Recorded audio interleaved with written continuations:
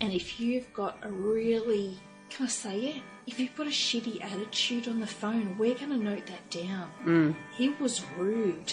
He was non-compliant, or he was disinterested, didn't even know what role he applied for. What role is this? Who are you? And it doesn't happen. And so, unfortunately, you are judged from that very first phone call. Welcome to the Beers with a Miner podcast.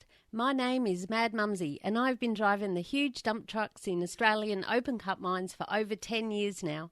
I wish I had $1 for everyone who said to me, "How does a little thing like you drive those big trucks? You must be rich. How do I get a job doing that?" My mining friends are asked these questions all the time too.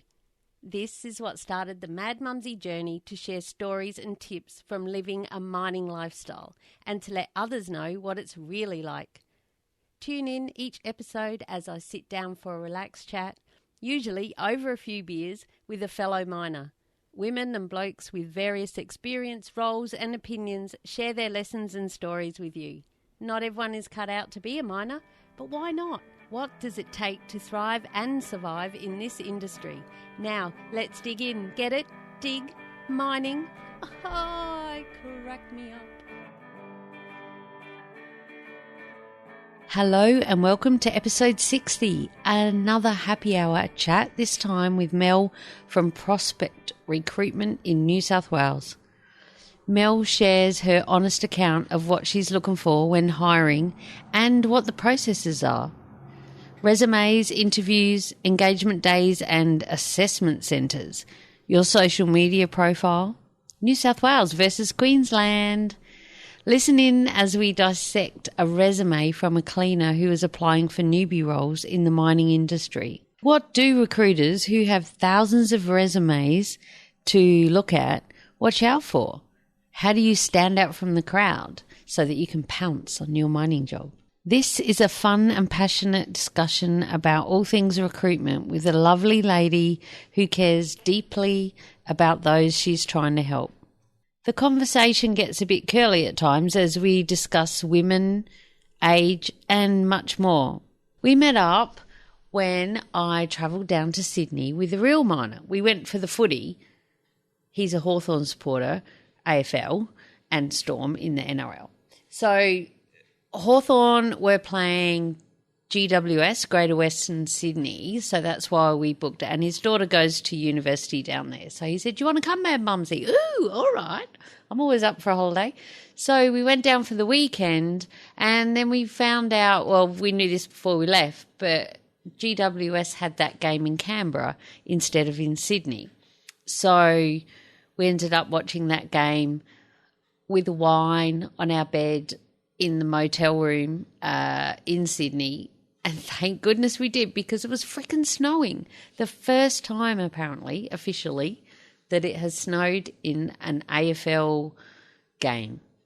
So I'm sure it snowed in like just Aussie rules games in the past, but this is in a proper AFL game. So that's why we went, and I touched base with Mel, who we have been connecting online for a while now, and said, "Hey, what are you doing, girlfriend? Do you want to catch up? We'll have a drinkies and we'll talk all things recruitment." And that's what we did. And oh my God, it was awesome. So good, so good, so good. I have a new best friend, but more importantly, I managed to pick her brains and go deep within, deeper than I think she was thinking I would, and at times challenged her reasoning on some of the things. And we decided on some points to just keep talking and see if we could salvage something out of it or we'd ditch it. I'll tell you now, they all stayed because they were things that needed to be discussed. Her honesty and passion shines through. I hope that you too love Mel as much as I now do. And yes, it's a long episode, right? It's freaking 2 hours. We were actually together for 6. So 2 hours was the interview, and then we stayed and caught up after. And the real miner got a little bit sick of waiting downstairs. So if you please stay tuned if you want to hear what the real miner sounds like. And I even say, I whisper, I'm like, I'm leaving this bit in, because he comes in and he just has a chat to us and he's like, oh, I'm on the podcast. It's like, yeah, you are. And so, yeah, you are, real miner. He won't listen, so it doesn't matter. Okay, this is an honest, passionate account from a recruiter, Mel from Prospect Recruitment, and I hope that you're going to love it as much as we did. Now, let's dig in. Get it? Dig, mining. I cracked me up. Oh, and we didn't do an intro. We just got stuck right in because I showed her the resume that I was going to show her, and she started talking about it straight from the get-go. So that's where you come in. I ask her, can you see the resume? And 2 hours later, you'll know all about the do's and don'ts of recruitment. So can you see that? Yeah. Experienced individual. Experienced what though? Customer service. See, just between you and I now, that's irrelevant. Mm-hmm. If I was going to put something there, I would put more about why they want to get into mining, what it is that makes them a good employee that a mining company would want. That could really be tweaked. Here, I would put what year it expires. And so what is that? Because people can't see. Standard 11. Oh, I'm telling you. Yeah. When I'm going through this, yep. If you're going to list your qualifications, you've got standard 11. Either put the date you obtained it or the date it expires. Oh, really? Oh, so that we God, can I've never done that. I've got my standard 11, man. But that's great. I've got resumes that people have not updated in 3 years. Or you must have an old resume. I've moved on since then. Yeah, right. Yeah. Cold water medical, again. When was it obtained? Yeah. And sometimes you can have a cold water medical, but they won't have the chest x-ray. So I want to know that it was Section 4.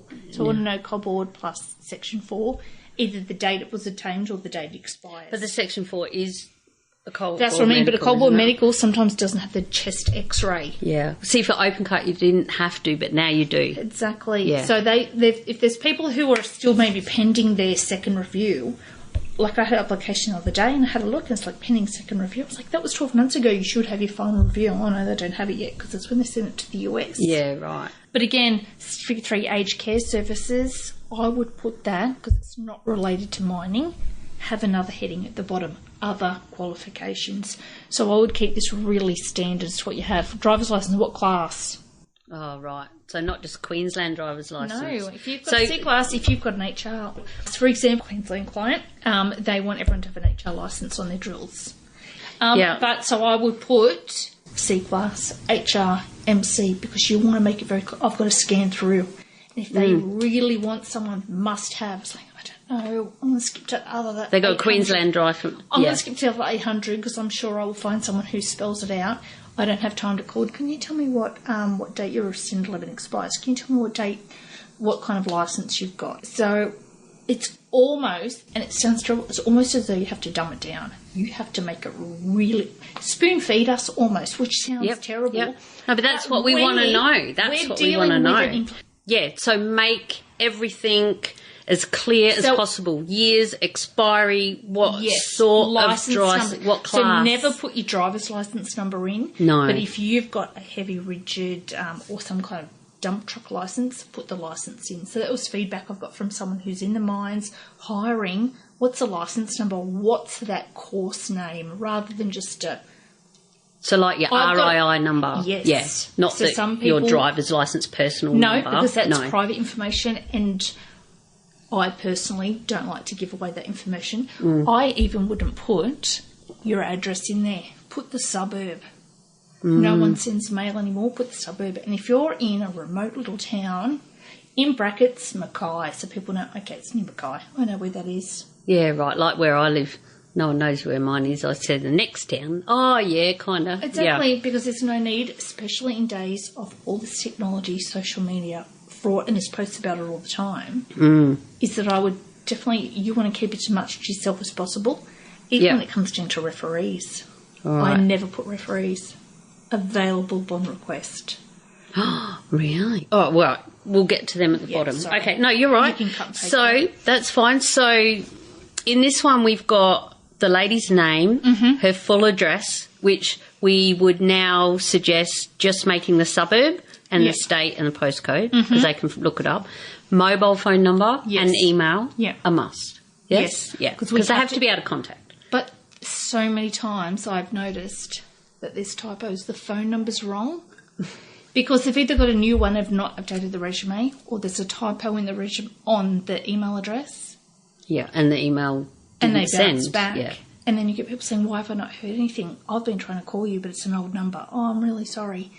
If they are really good quality candidates, I want them, I will go to their referees. Who can I contact to try and get in touch with this fellow or this woman? Because you want them, yeah. I need to get in touch with them. Yeah. So the next bit that they've got here is professional overview. What were your suggestions on that? More mining specific? Make it mining specific. Why? So either that section's either an overview or your career objectives. I personally, unless it's very good, I never read it. And if it's too long, oh no, you haven't got time for that. No, I scan really quickly, and it needs to be very obvious, almost spoon feeding us. So like bullet points, maybe, or no? It's kind of like a bit of a cover letter in the top. It is, isn't and it it has to be very concise. It has to contain really important information. If you're applying for a mining role, make it mining related. Okay. So if you have to have 2 resumes, if you really want to get into mining, but in other sectors, have your regular resume. That's what I've got too. Yeah, but for mining, you want to make it mining specific. Why you want to get into mining? What can you offer the industry? So do you like this bit about I've demonstrated that I'm self-motivated, safe work ethic, attention detail, highly developed written and oral communication. I've proven to work effectively alone and as part of a team. Is that important to say that you're a team player and that you can adapt and handle pressure well? Yes, and that's what we're looking for, but that also has to be backed up, which will come from interview and psychometric testing. Yeah. And if you're going through your assessment centres, it will come through. It just gives a bit of a bird's eye view, very concentrated for just one day, but it does give a bit of a sense. Okay, yeah. All right, so going down, that's the professional overview or your career objectives, a bit of introduction, but it really has to hit hard. Otherwise, I usually skip over it. Right. Usually. So the next section they've got here is qualifications. So you said just put your mining qualifications if you've got any there. Yes. Like Standard 11, Coal Board Medical and your licence. Yes, or any other tickets you have. So what I like to do what I would like to see is under qualifications /competencies /tickets. So that you may have competence. You might come from a farming background or civil works. You have a competency in driving a digger or a dozer. You might not be passed out on it because it's not a requirement, but you have competency. At least list it so we know you've got experience. Yep. And then for anything else that's not mining related, if you've got a certificate in personal fitness, put it down the bottom. It's irrelevant to mining. You don't want to list every single ticket qualification that you have. I wouldn't put it in that section. Right.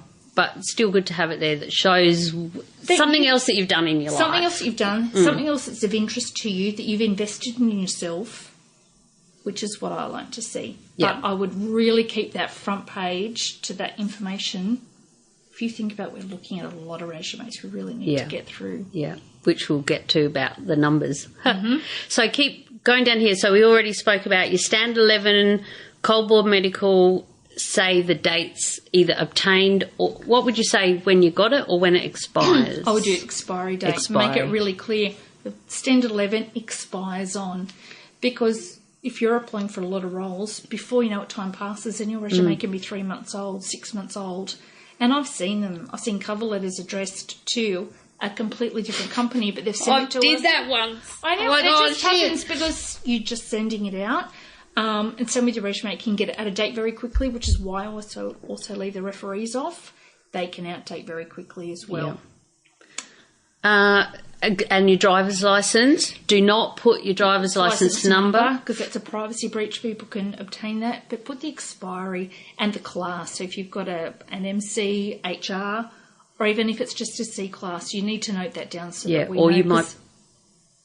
You might be restricted. You might be a P, because if you're a P plater on a lot of sites, you're not allowed to drive a light vehicle.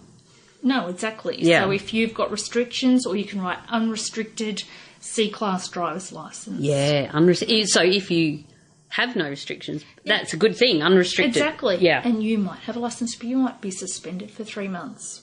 We need to know that. You may want to hide that because it might prevent you from getting a job. Yes. Eventually people will find out anyway. Yeah, but like you won't get on site with a licence that's expired, which I nearly did once. I had a day left. Yeah, I didn't even know. It happens all the time with the onboarding. It's like, sorry, your licence expired. Can you please give me a new one? Yeah. Yeah. So. Okay, so then we go into employment history. Yep. Now, the way it's set out with the headings, is that clear enough? Like, so you've got your date, what it was, and where it was. Yes. And then the duties. Yep. So it's very clear. What I do like to see, especially for mining, is the site they've been on. So January 19 to present, right, mine site cleaner with the company, which is great. I know what role you've been in and I know when, but I would really love to know if you're an operator in production. I really want to know what that experience is, what commodity. Is it iron or gold? Because in some instances, depending on the role, it's not transferable in coal. And vice versa. Exactly. Yeah. Yep. And then when you go into what you did, how specific do you have to be? Because I did one for my daughter and she was not a barmaid, you don't call them that anymore, bar attendant, yes. I think. And the stuff that they have to do, and then do I put that on everyone? I've even put same as above or see above or something because it's messy. If she's applying for another bar attendant role or a higher level, yes, you want to include it so they know you've covered those duties. How that relates to mining, there's some things you could really leave out. Yeah. So what I like to see is anything that could be transferable, it's made really clear. I don't want to see someone who's been in customer service or a background in something completely irrelevant. Then they're applying and they've listed every single duty. Like cleaning glasses, wiping tables. Yes, and again, it's only from my perspective as to what I see and the bulk I need to get through, that it's not transferable, it's not anything relatable. So you want to keep that to a minimum. If you've had a mining job or something relevant, maybe 2 years prior, you put as much information as you can in that is going to be relatable.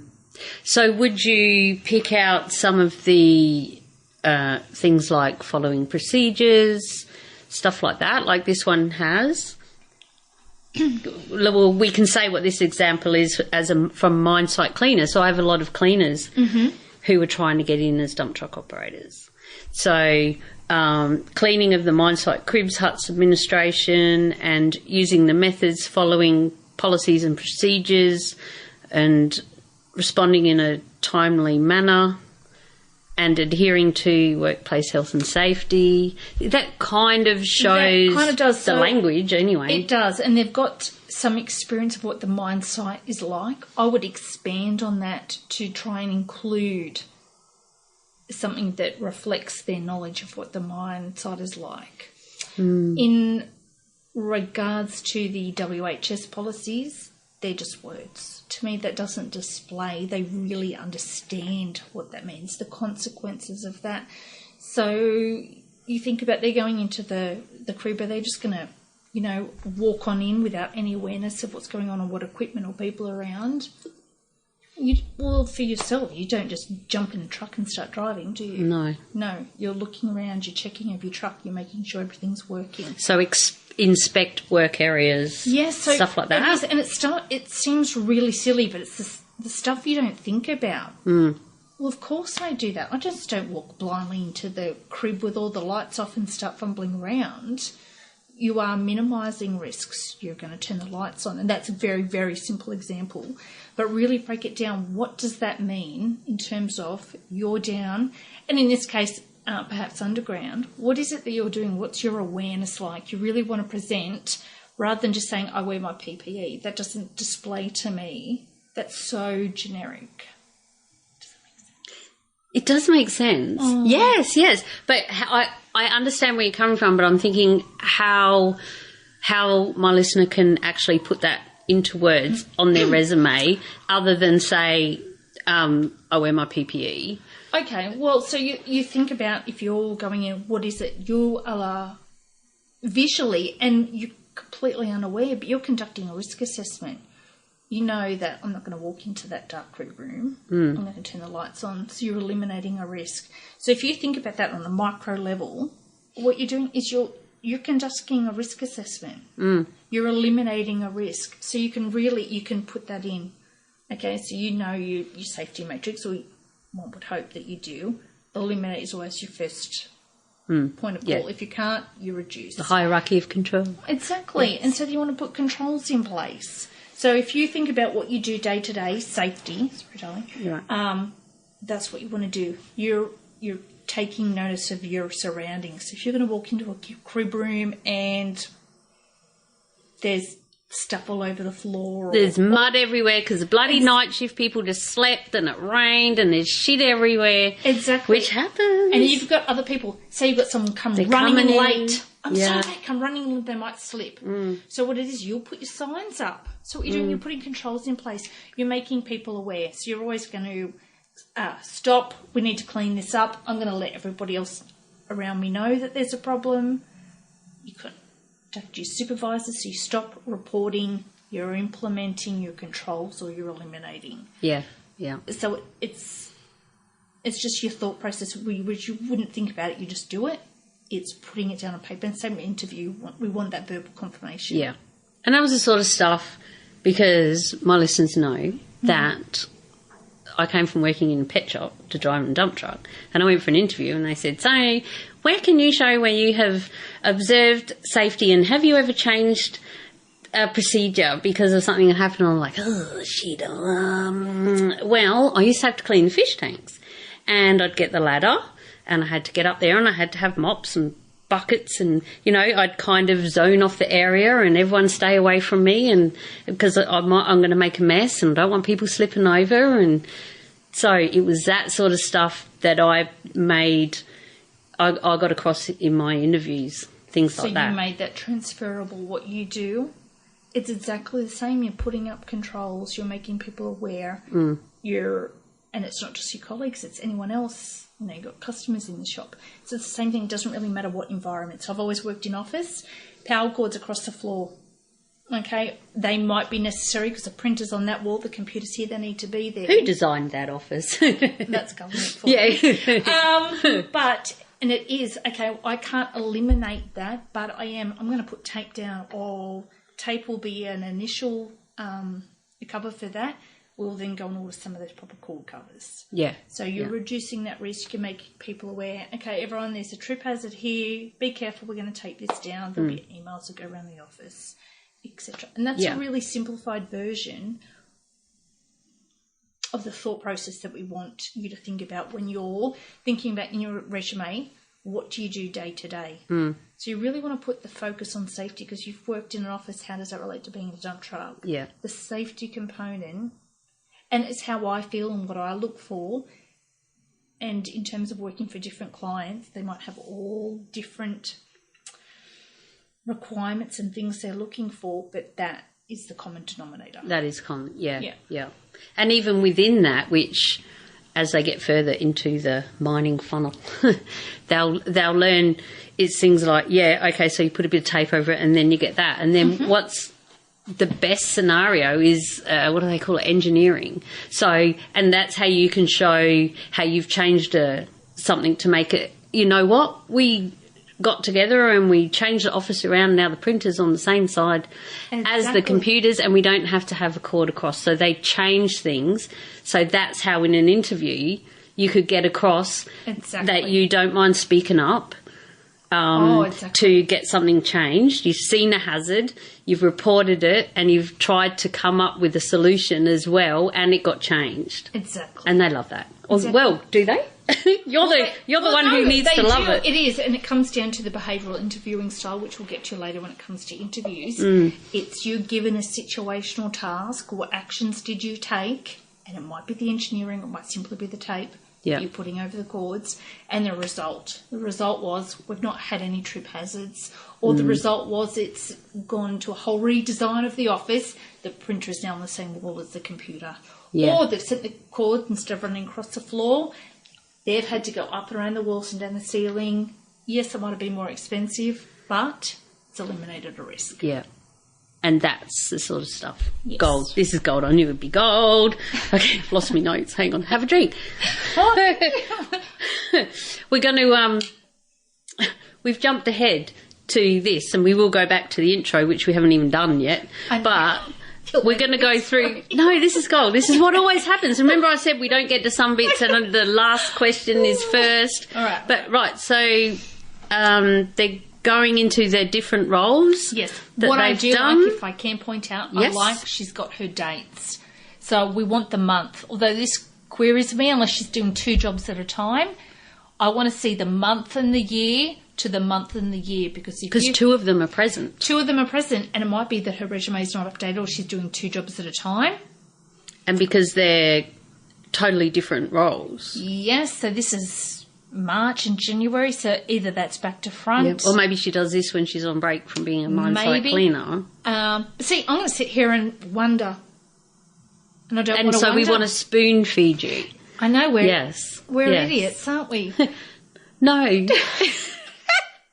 No, you're not.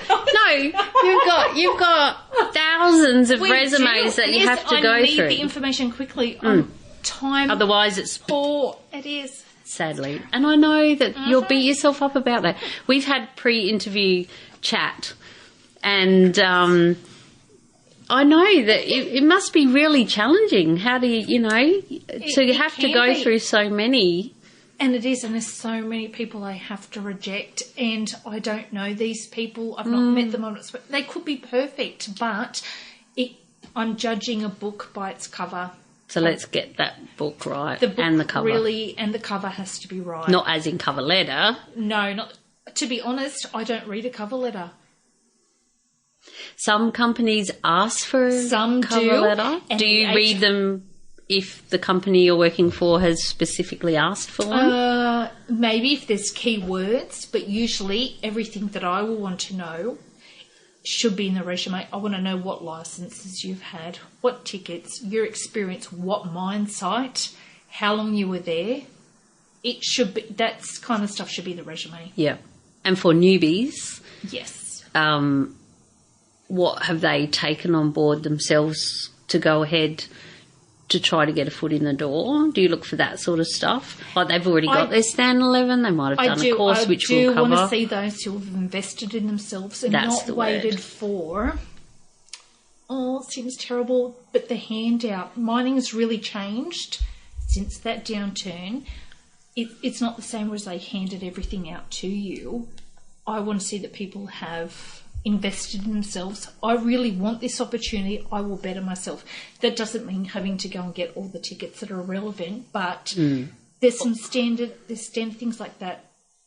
Standard 11. My client, particularly for the Bowen Basin, they want those who've got the standard 11. Yeah. A letter of offer will hold you up until you get that. So,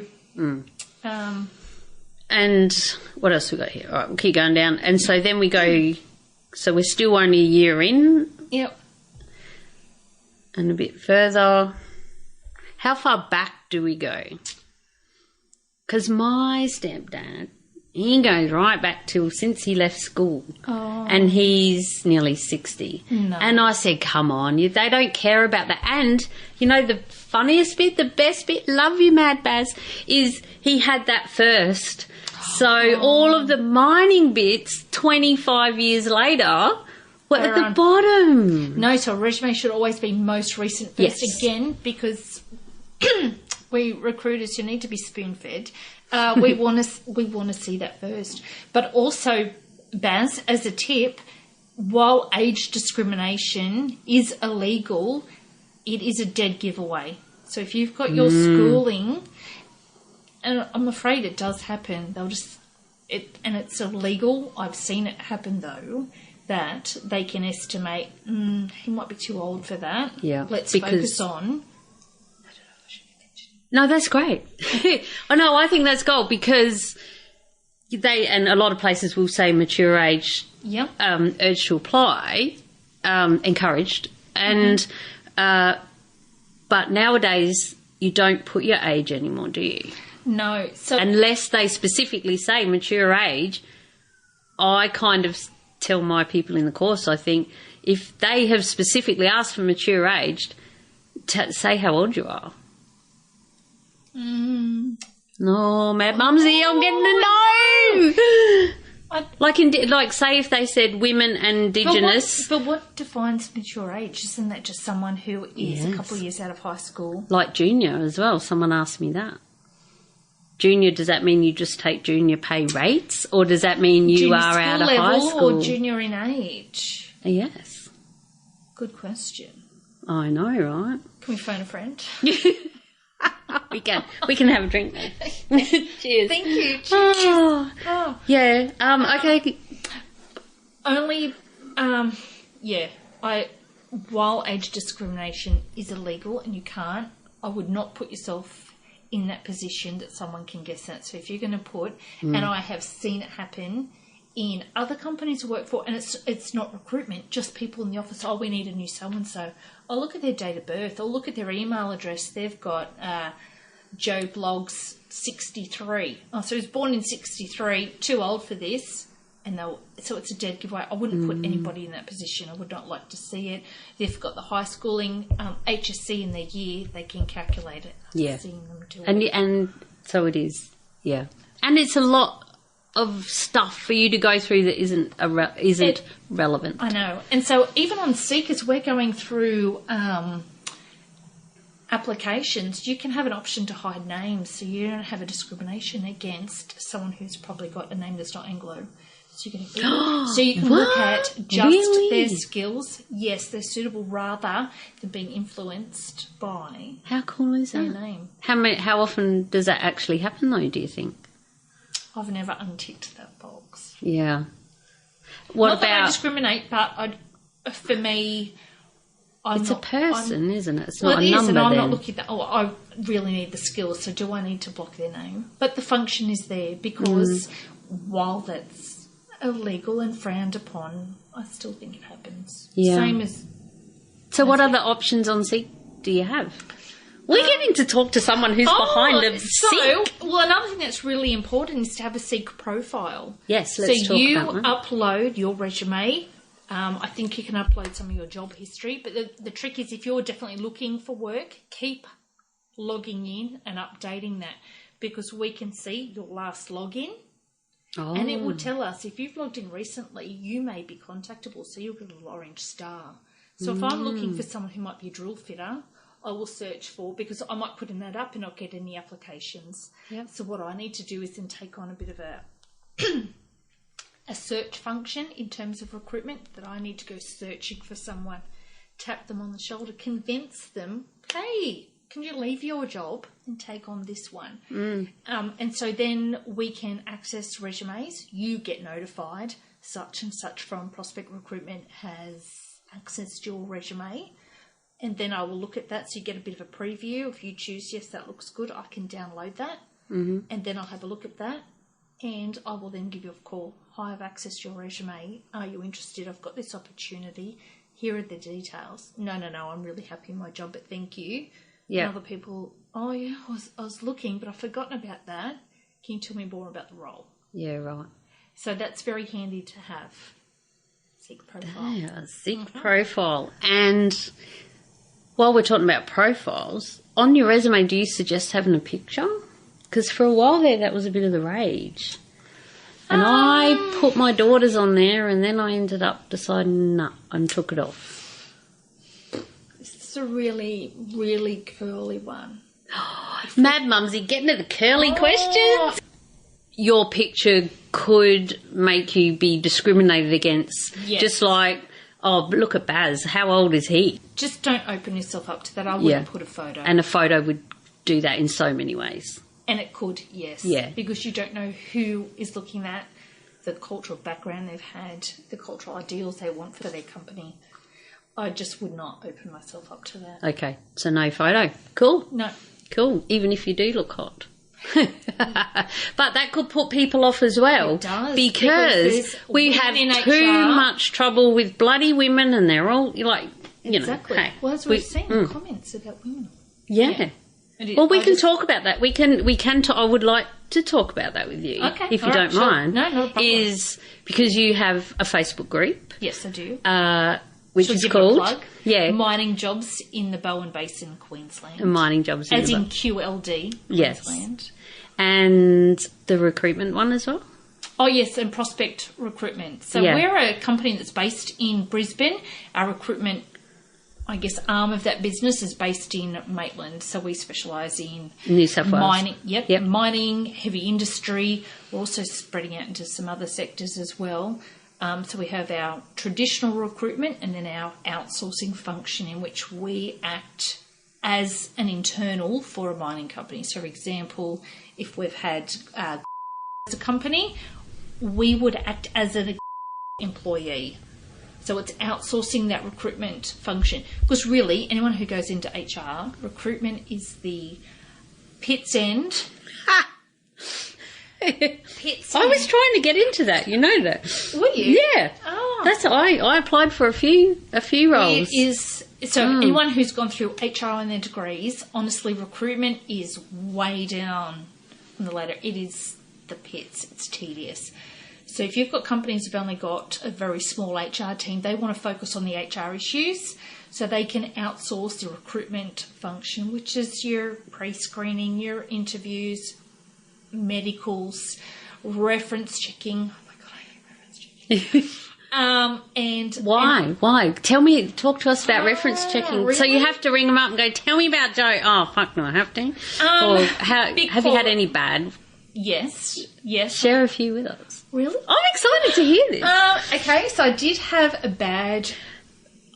I'll just say, before you go ahead, why I want to know and why I think it's important, because it shows who you choose for your references and why to keep them updated, because you might have had a falling out with old mate supervisor by now. Yes. Exactly. So when I am speaking to a candidate, hi, you've reached the next stage. We need to check your references. You've got these two people on your resume. Can I check they're updated?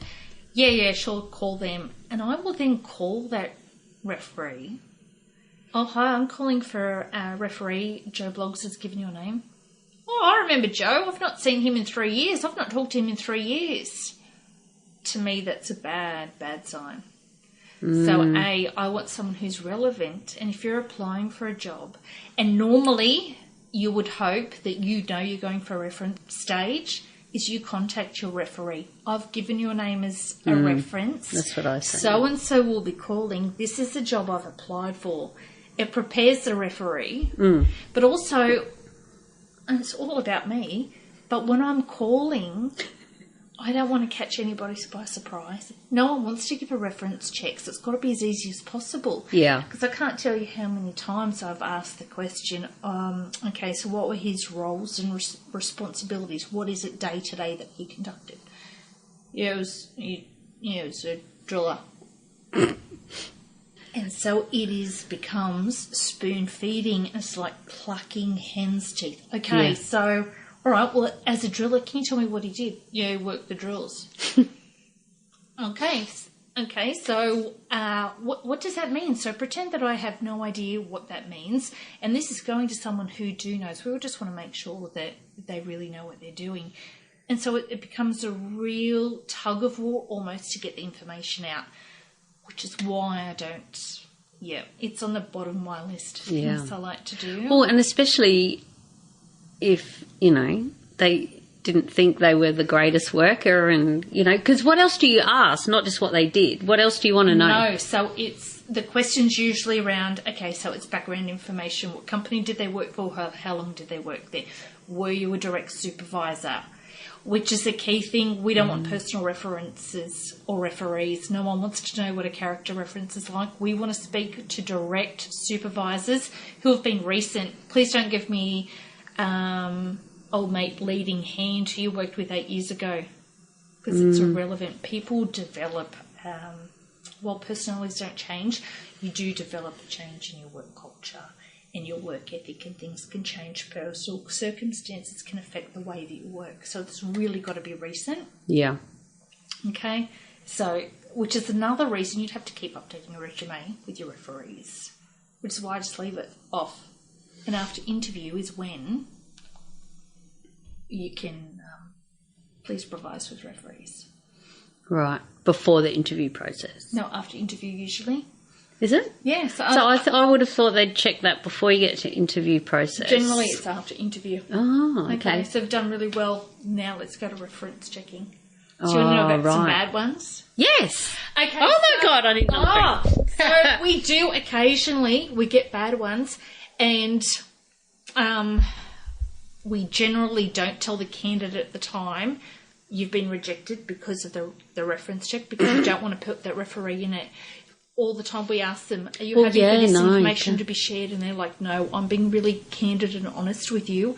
Because if that mining company comes back and says, you said he was a great worker, we've had these issues, that comes back to that referee. So they generally will be candid and honest about it.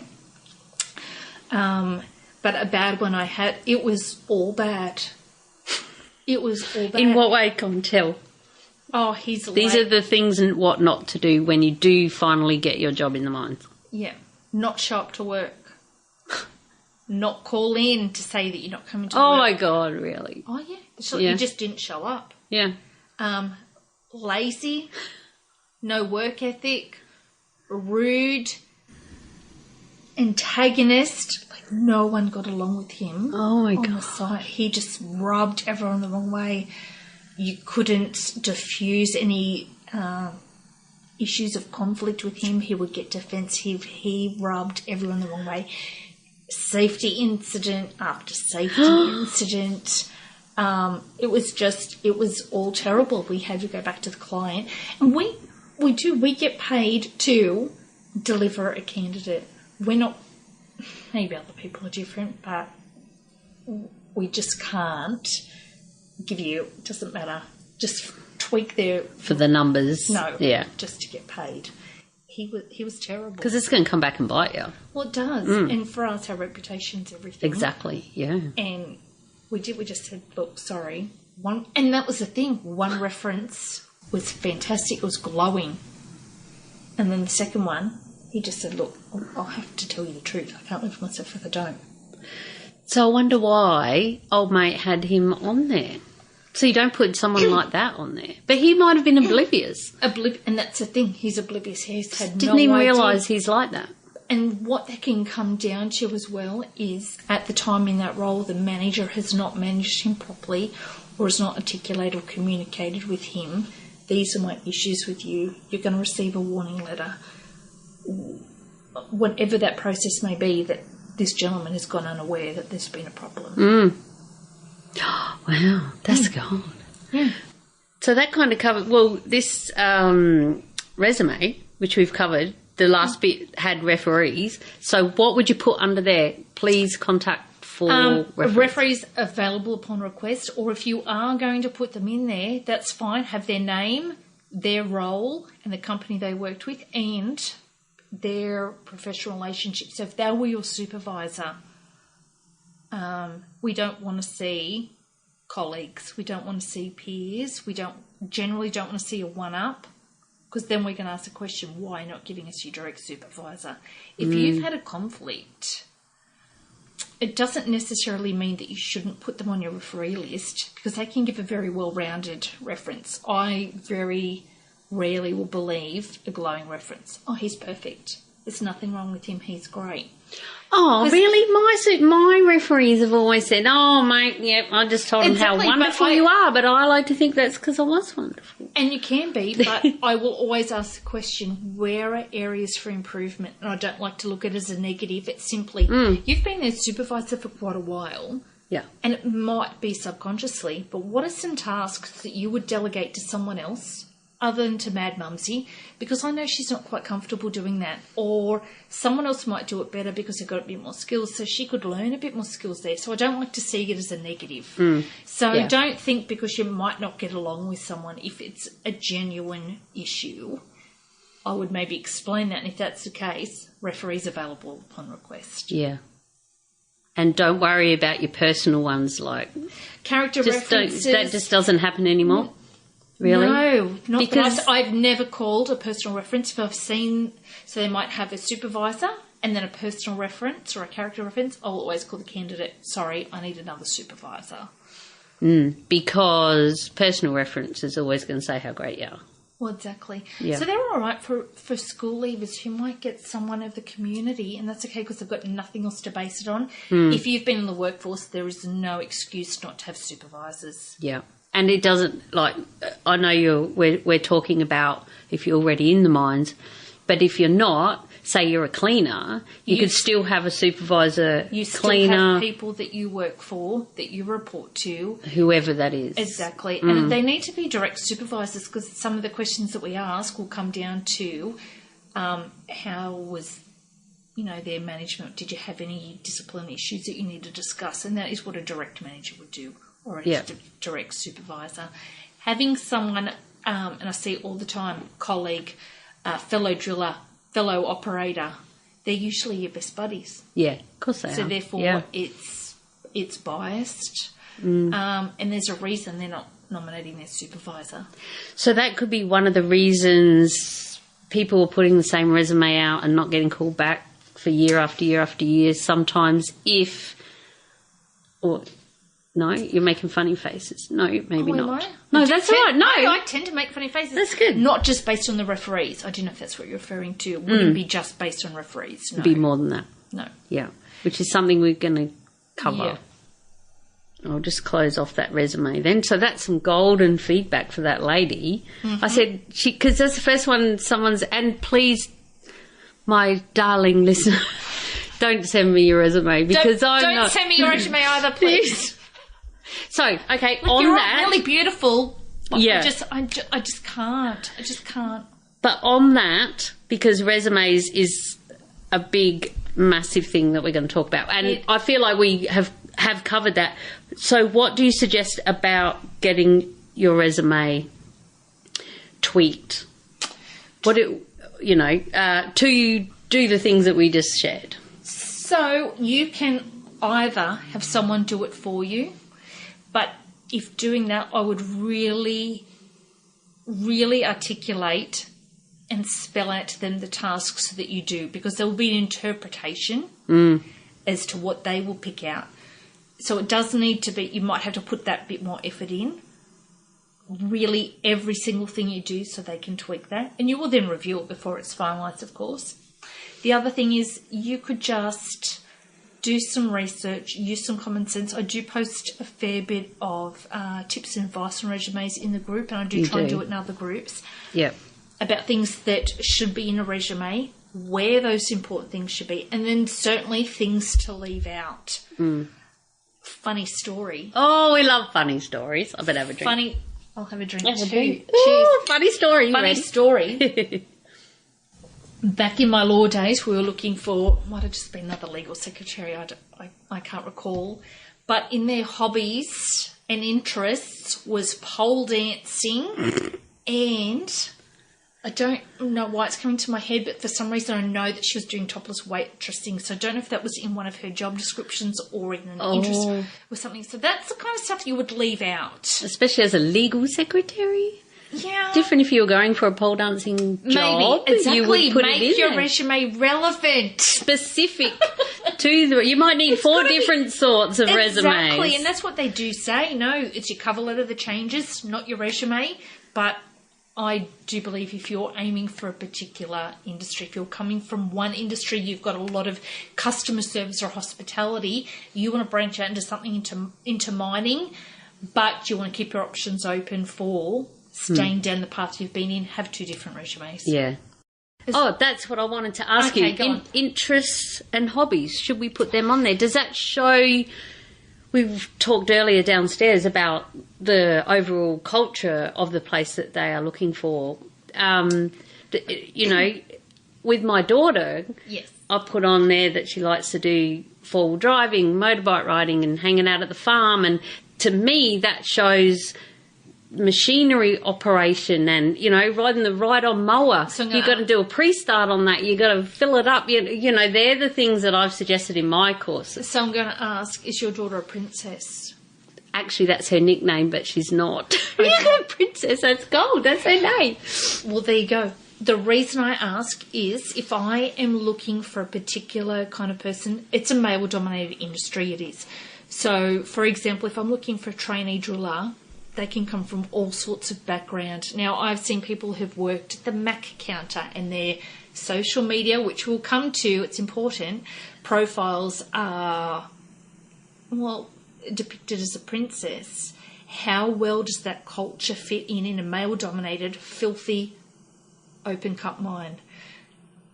In that case, I do look at what are their interests, what are their extracurricular activities, what do they look like? That's going to give me a sense of what kind of person they are and what they've been exposed to.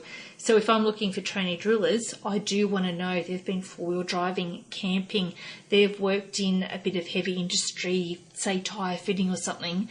They're used to that, male-dominated.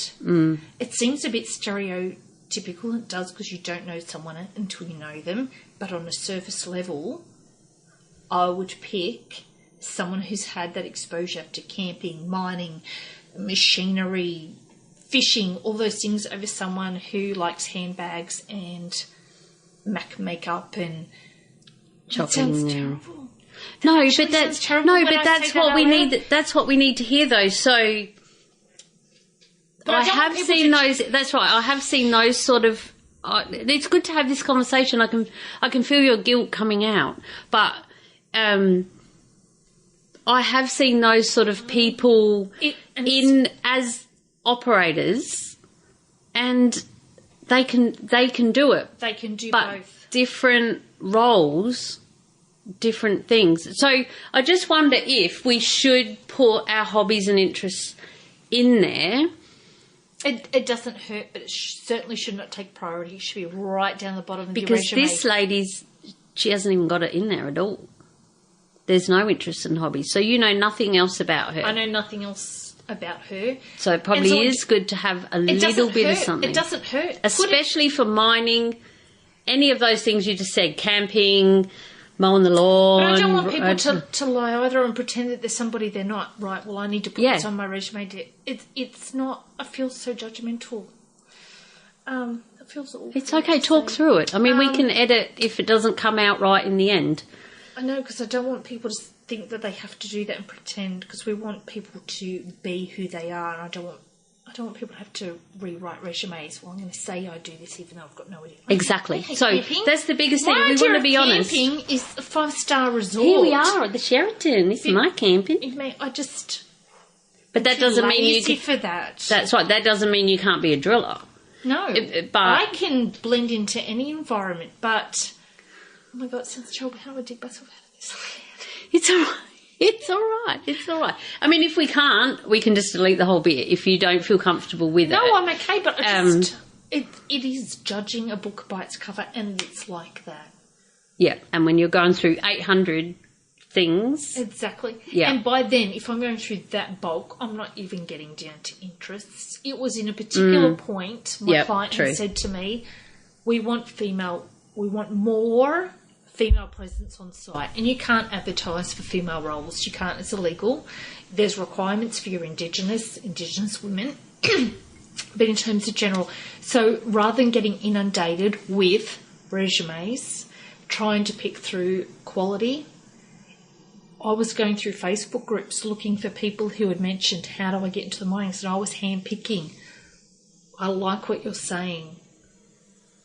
And if they were female, I was sending them a message, hi, are you interested in a role? And then, wow. Yeah. So it does happen, because we can't advertise everything. We'd be inundated. I just don't. Well, you do. Tens of thousands, they say. Yeah. Exactly. And they only, I think it's WorkPack, sometimes they only open the window for 12 hours. Oh, they there's would a role. receive- But because I've found some and I go to share it, no, sorry, this is... I'm like, fuck, I only just put it out yesterday. I know. I know I'm a bit People slow, I but... know. And people were saying, oh, that link's expired. It's like, imagine how many they're getting. There's only so much that we can do.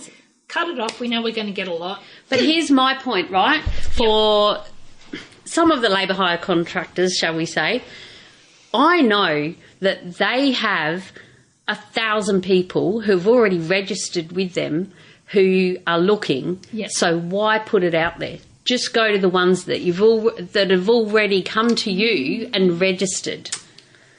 Because I've had it with my kids. My daughter, she did that and then applied for one and said, oh, we'll send it through. She said, well, you already got me. Why don't you ring me to say that there's this newbie role that was coming up? They don't follow it up. I know. I did a little bit of time. I don't know if I should say the company. Don't say the company. So, at this one band camp is what we like to say. It was one labour hire, and it wasn't in mining. It was in a different industry, but they would just put ads up, and I don't know if it was out of laziness to search the database. It's brand exposure. So you putting an ad out, look at us. It increases your brand exposure. That makes that's sense. Also a reason. It can just be easy to sift through the new applications. Anyone who's in the database, they could be 3 months old, 6 years months years old, to then have to go and contact them. Usually anyone, though, I'd imagine anyone who is quality, they would be flagged as good candidate. Yeah. And I do, if I come across someone that may not be suitable to one particular client or a particular site, might be very good for another. So I would flag him as a good one, so I know when a role came up, I'm going to old Fred. Yep. Old Fred. Old Fred. Old Fred. I like Fred. I like Fred too. Does that make sense? Yeah. But it's just really knowing why. No, I don't know. Yeah. Sorry. Just the excitement of it. Well, I guess there are people, like you say, that are currently keen and looking right now. Exactly. And what that does is capture those who are, I am actively looking for work. So those applications will come in. Rather than going through a database that might already have 4,000 people in it, then having to make contact with those. Are you interested? No, I've got a job. And have they changed their job. phone number? Exactly. And they're no longer contactable. Does that make sense? It does, totally, for me, because I've always wondered about like that. I've already applied with you. But Yeah. So I think we've covered what I've got here. So key points of the recruitment process for mining. So first step, you see a job. And you have to apply. So you send your resume. And that is your very first point of making an impression. I think people don't put enough weight on a resume. Right. And now we will. But from my perspective, where I'm looking at a lot of resumes and I need that information quickly, I really do. I want important information and relevant, and I want to know what kind of driver's license, as we mentioned, HRLC, Standard 11, and you call them, oh yeah, I did that maybe 11 years ago. Okay, so you don't have a Standard 11. So how long does it last, Standard 11? Standard 11 in Queensland. So this is a Queensland generic induction. It's not relevant for New South Wales. Now this is on our list. Let's go there now. You want to go there now? Let's go there now. You talk about it. I'm going to get a beer out the fridge. All right. Can you grab me one? Yeah. So your Standard 11 in Queensland is a standard generic induction. So you can get one for surface or underground or a combination. So anyone who's going to entry level, unless it is imminent that you have got a job lined up, I would not bother getting a Standard 11 unless you're going to do the 3-day course. So with the 2-day course, that is all your theory done at your training assessor or at the company. Your 3rd day in which you get signed off is what's done on site. So if you don't have a job or an employer to sign off on that 3rd day, that Standard 11, that 2-day course you've done expires in, I don't know what it is, it's 3 or 6 months. I haven't looked it up in a while, so I don't recall. Yes, and that's a big thing because you have to get it signed off on site. Yes. So what that is, once you get to site, your supervisor there signs it off. So if you would like, and I do suggest, because I don't think there's anything wrong in investing in yourself, you want to prove to these mining companies who could pick anyone, they could pick anyone out of their 800 applicants, why not pick the ones who've invested in themselves? So if you've gone for your Standard 11, get the 3-day course, because that is a full Standard 11, which is valid for 5 years. Okay? Yes, it's a bit more money. I've heard on the rumour mill that you can, there's some training providers that will allow you to pay it off, because I know it can be expensive, that 3-day course. Yeah, it was have heard on the rumour mill, so I'm yet to verify that. Afterpay or something. Yeah, or instalments or whatever it is. But if you're going to do Standard 11, do the 3-day course. That way you've got it for 5 years. You're not having to redo it after 3 or 6 months because you've not found a job and employer to sign off on that. That's a huge tip. Yeah. That is. I didn't realise that. Yeah. I knew that it lasted, but you have, because I have always only done the 3-day one, but that it doesn't get officially signed off and finished until you go to a site. Yeah. The other thing I like about the Standard 11 for newbies is that it gives you such an insight into what you are getting yourself into. Okay. All the tag out stuff. The one I went to was hilarious, because there was a guy there. He was going onto a site to put the lino down in the office, and he had to do his Standard 11 and his BMA induction. And it's all about emergency procedures, multiple tag outs, all of these. I said to him, what are you doing? He goes, I'm going to go put the lino in. I'm like, you serious? He goes, this is bullshit. He said, but I'm learning a lot about the industry, because it's high walls. Oh my God, there's so much to it. Yep.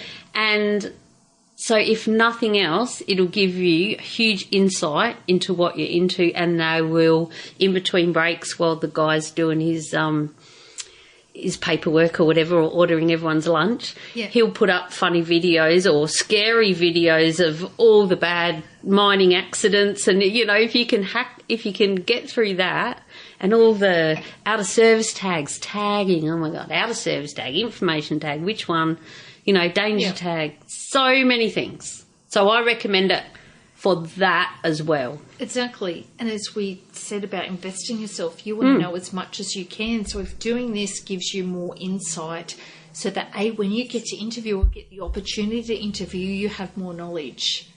Yes. And that's what it comes down to, being aware and knowledge. So I'm going to ask you a question. Oh no. Mad Mumsy. Oh my God. Do you feel that a lot of entry-level people wanting to get into the mines have that industry or that particular dump truck role on a pedestal? Is it what it's cut out to be? Well, they certainly have it on a pedestal and think that it's going to fix their whole life. Mm-hmm. But if you've listened to the podcast before, you'd know that it can always beep. I'm allowed to swear on this show. You can also fuck your life. Oh, you haven't heard me swear yet, have you? I said shit earlier. I'm like, ooh. And if you can't handle that word, don't get in mining. There's one tip from Mad Mumsy. Yes, people just see the money. I think they also see the time off and the lifestyle, but they have no idea what goes around it, what can and does happen. Like, we've had 6 deaths this year within 6 months, 12 months. Yes, too many. Yep. In Queensland. And in Queensland alone, that's just Queensland. So it's dangerous. You're away from your family. You've got the whole culture of the crew, and which can be very challenging for a lot of people. Like me, I'm a nice, emotional, little sister who got told to harden the fuck up for my whole mining career. Yeah. Some people slot right into that because they're already like that. And some of those women, especially women, have been the ones that have told me to harden up. Because their personality is, just fucking, episode 5, mumsy.com/beers5 is one of my favourite episodes, where I'm in my donga and I'd had a bad day with a dozer driver, and it's called Emotions at Work. And I recorded, and I mainly recorded it for myself, and I didn't know if I was ever going to release it. but it ended up I liked it. It's one of my favourites. And the way that it unfolded, you know, and he's yelling, I ended up crying in my truck, and this chick out at work, she said, oh, fuck him, just dump it anywhere. He's got a blade, he can push it. Whereas me, I wanted to get it in the right spot and I wasn't getting it right. And he said on the two, I am, exactly. Yeah. And if you're a people pleaser, you will be challenged. Which Karen in episode 2 and 3, cleaner to dump truck operator, she finally got there, lasted 3 months. Because she was challenged. She had lots of challenges, wanted to know everything from everyone and wasn't getting it. Well, she kind of was, but wasn't hacking the personalities and just the way people are. And is that a culture? Does that answer your question? It does. Is that across the board? Is that particular sites? Is that depending if you're working with males, females? What is it that makes it worse? Sometimes the females can be worse. You know, I'm competition, jealousy. You know, we are humans, boys and girls, and boyfriends and girlfriends, and you know all of those things, especially with the young ones. Well, I've seen it with old ones too, but it depends on the site. The biggest thing, I think, is to stay true to your values and who you are. I still tried to stay me and be nice. I have got a lot tougher than I was.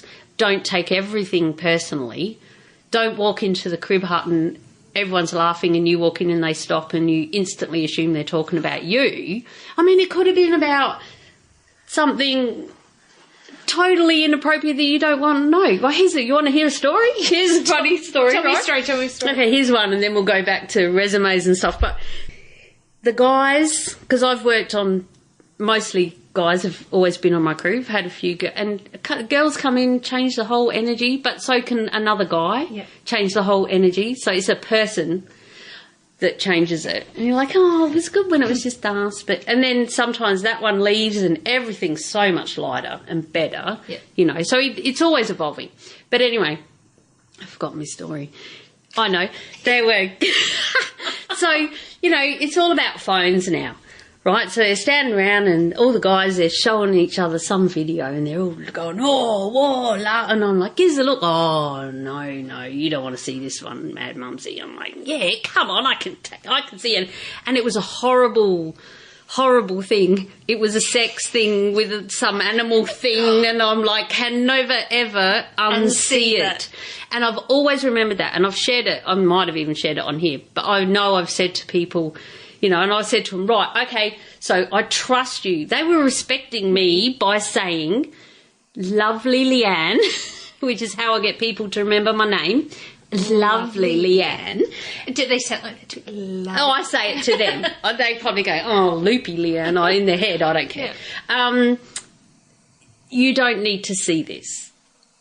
I should have listened. Right. So, that's just one story. And it changes all the time, and it depends who you are and how you're going. It also depends on what's happening at home. Are you fatigued? Are you sick?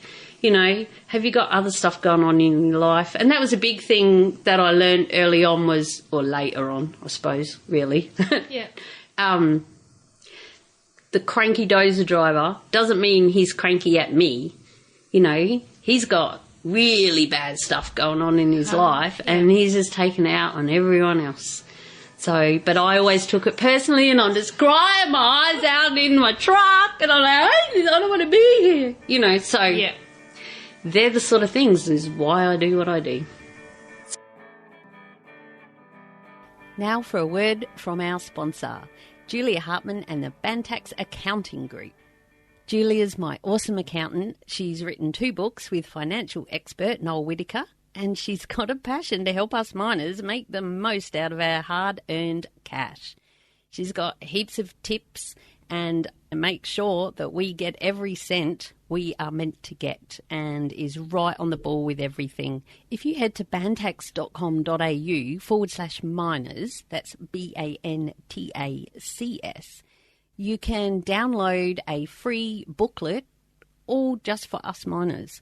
And there's also a spreadsheet in there that helps you check off what tools you have for your trade, like your isolation lock, work boots, 7 shirts, all of these sorts of things, and you can weigh them up and it'll tell you if you qualify weight-wise to claim your trips out to work. And that's just one of the things that they've got over there. So I strongly urge you to head to bantax.com.au/miners and see what they can do and find your nearest office as we come up to tax time. They're really on the ball, know what's going on with the tax department, and there's heaps of other free information like property investing. If you really plan on doing some great things with your money, you want to do that, right? If you want to sell your house, can save a lot of money if you find out what to do first rather than in hindsight. And Julia, she'll, make sure you get it right. And if you do it wrong and then go and see her, she'll up you in the nicest possible way, because she really cares about us and wants us to keep our money and not give it to the tax department. Anyway, head over to bantax.com.au/miners and tell them Mad Mumsy sent you.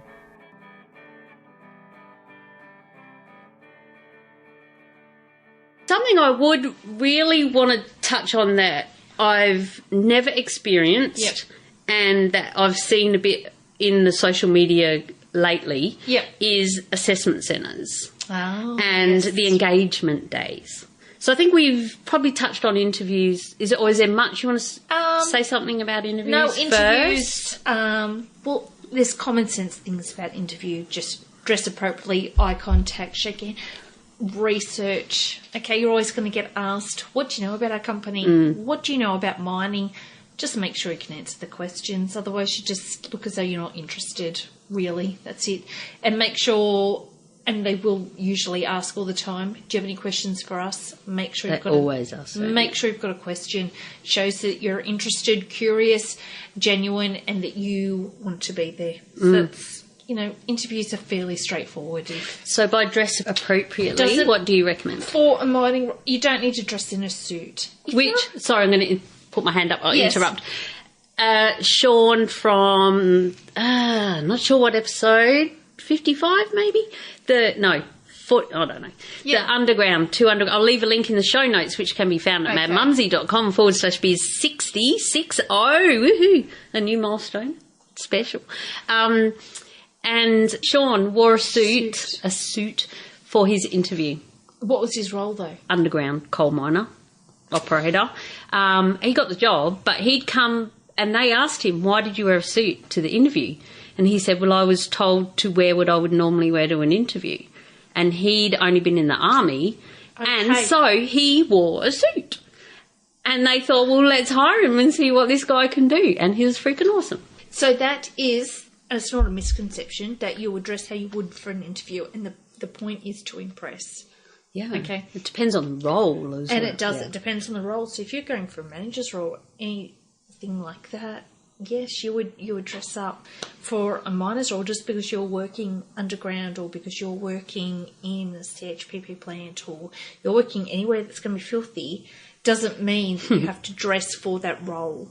So I've seen people who have either come straight from another job, which is in breach of the fatigue policy if they then have worked a night shift and then coming to an all-day assessment centre. Yeah.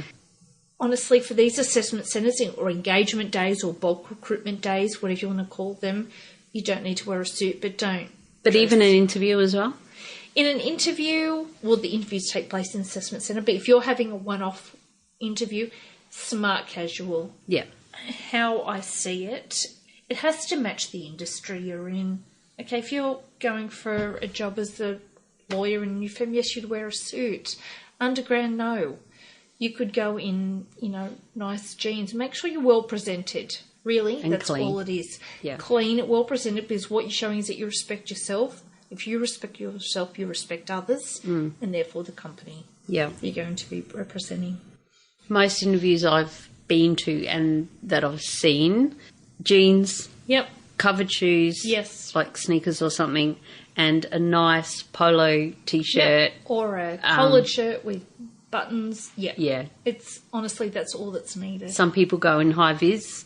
Yes, if they've come from another site, so we do have people who might be contractors on site. and they may have the opportunity to get a shirt. Yeah. So they come to the interview, I've just finished shift, and they don't mind. That's not a problem. And sometimes I've been to interviews where you find out that day if you go to the next level and then you have to go to site and go on the simulator or something. So they wanted you in high vis and steel cap boots for the interview, that was a first. And that might be a requirement. And so some of the site visits that we do have, all their interviews were taking place on site, and they would give a tour. So they needed PPE, and if you didn't have it, they would provide it for you. But, you know, you're going into mine site, you would have that common knowledge, right? I'm not going to rock up in thongs and a mini skirt or, you know, my board shorts.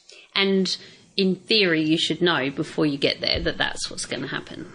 Yes, you would hope so. You would hope You so. would hope that someone has gone to the effort to tell you what's going to be involved. You're also going to have a site tour. Your recruitment officer, like you. Yes. Anything else you want to say about interviews? No, that's it? Yep.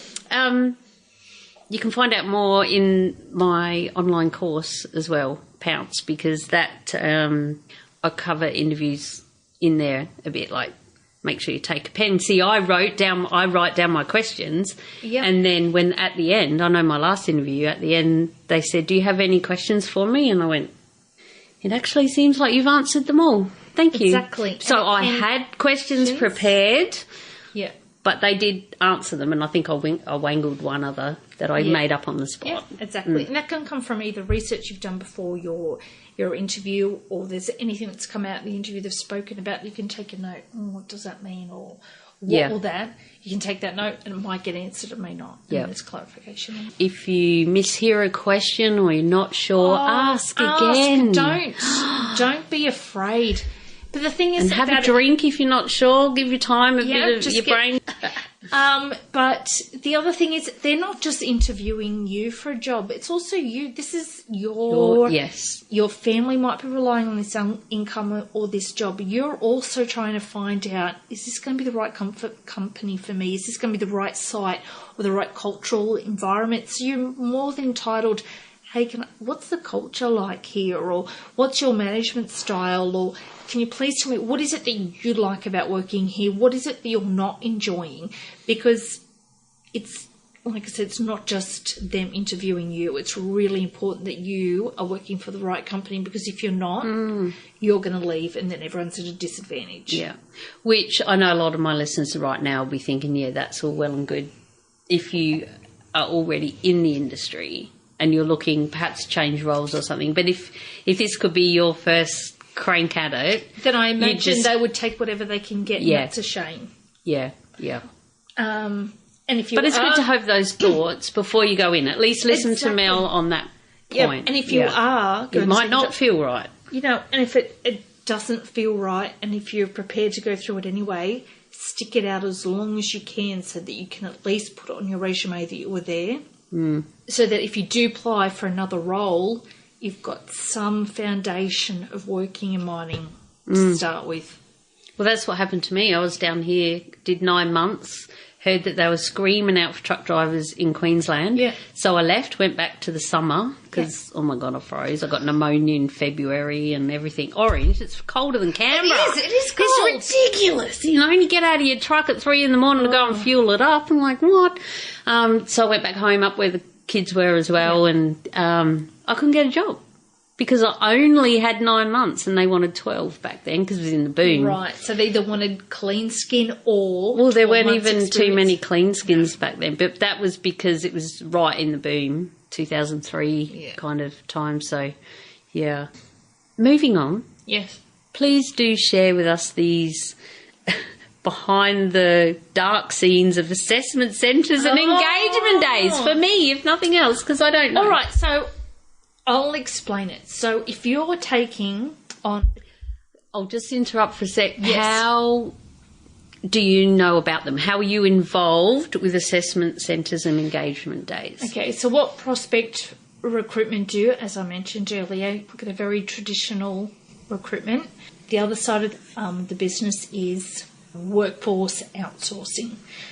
So if you've got a company, if they're going to put an ad up for trainee roles, they're going to put a traineeship on that they might want 50 people to come in. They're going to advertise that. Can you imagine how many applications they would get? Thousands. They go in-house, don't they, mostly? Okay. So they've got their HR team. They might have a few recruitment officers. That is a massive workload for such a small amount of time. So rather than putting on staff, and as I mentioned earlier, recruitment is the pit's end. Pun intended. Like a dump truck operator. Shit falls downhill and we're at the bottom. Yeah. Okay, so it's a pit end of an HR function. Okay, so HR people, they want to do HR. It's the higher end. It's got the more stature. So what is it? Can you share that? HR, human resources. So they're looking after disciplinary action, resignations. So human resources issues, performance management. So recruitment really is a pit's end. It's nothing compared to that nitty-gritty of, and usually HR specialists, and in that they've gone to university or they've done diplomas. That's the juicy bit. Recruitment is tedious. Repetitive. Repetitive. Did you say something in one of the things you have to do, you have to put someone's name in 7 times? Oh, that's in the onboarding process. So it differs with every client in terms of different systems of putting them to the payroll system, putting them into induction system. Putting them into all the information to the safety or medical system. And the camp, accommodation, yes, flights, so there's so many different factors. HR, so how people see it, recruitment HR are the same thing. But I did. Till now. Well, exactly. So HR, they really deal with your fair work type issues, resignations, terminations, performance management, high-level payroll issues, etc. Whereas recruitment is, we need to find a body to sit in that seat, or to do that, get them onboarded, and then they go into that section. You make it happen. Yeah. Yes. So what some companies do, they don't have the resources to manage all of that, or have an intensive program, right, we're going to do a traineeship. We need 50 applicants. We're going through the 6-month course. We are going to get inundated with thousands of applications. We don't want to have to put on more staff. Yep. Okay? So let's outsource that function. So that's where prospect recruitment we specialise in facilitating. So we're not decision makers. I want to make that really clear to candidates. There's no point impressing no us. point buying you a carton of beer to get you exactly. Hire me, Mel. We simply facilitate. It's taking a workload off in this short, intensive time from people who want to focus on HR. So we facilitate the process. And it could start from the basics of we receive all the applications to maybe receiving a short list from the client. They would have picked through who they want. Okay, so we'll start with the phone screen, which is, you have to think about it as a mini interview. If we start calling you, it's the start of our process, we start judging you. Unfortunately, we do. Yeah. And if you've got a really, can I say it?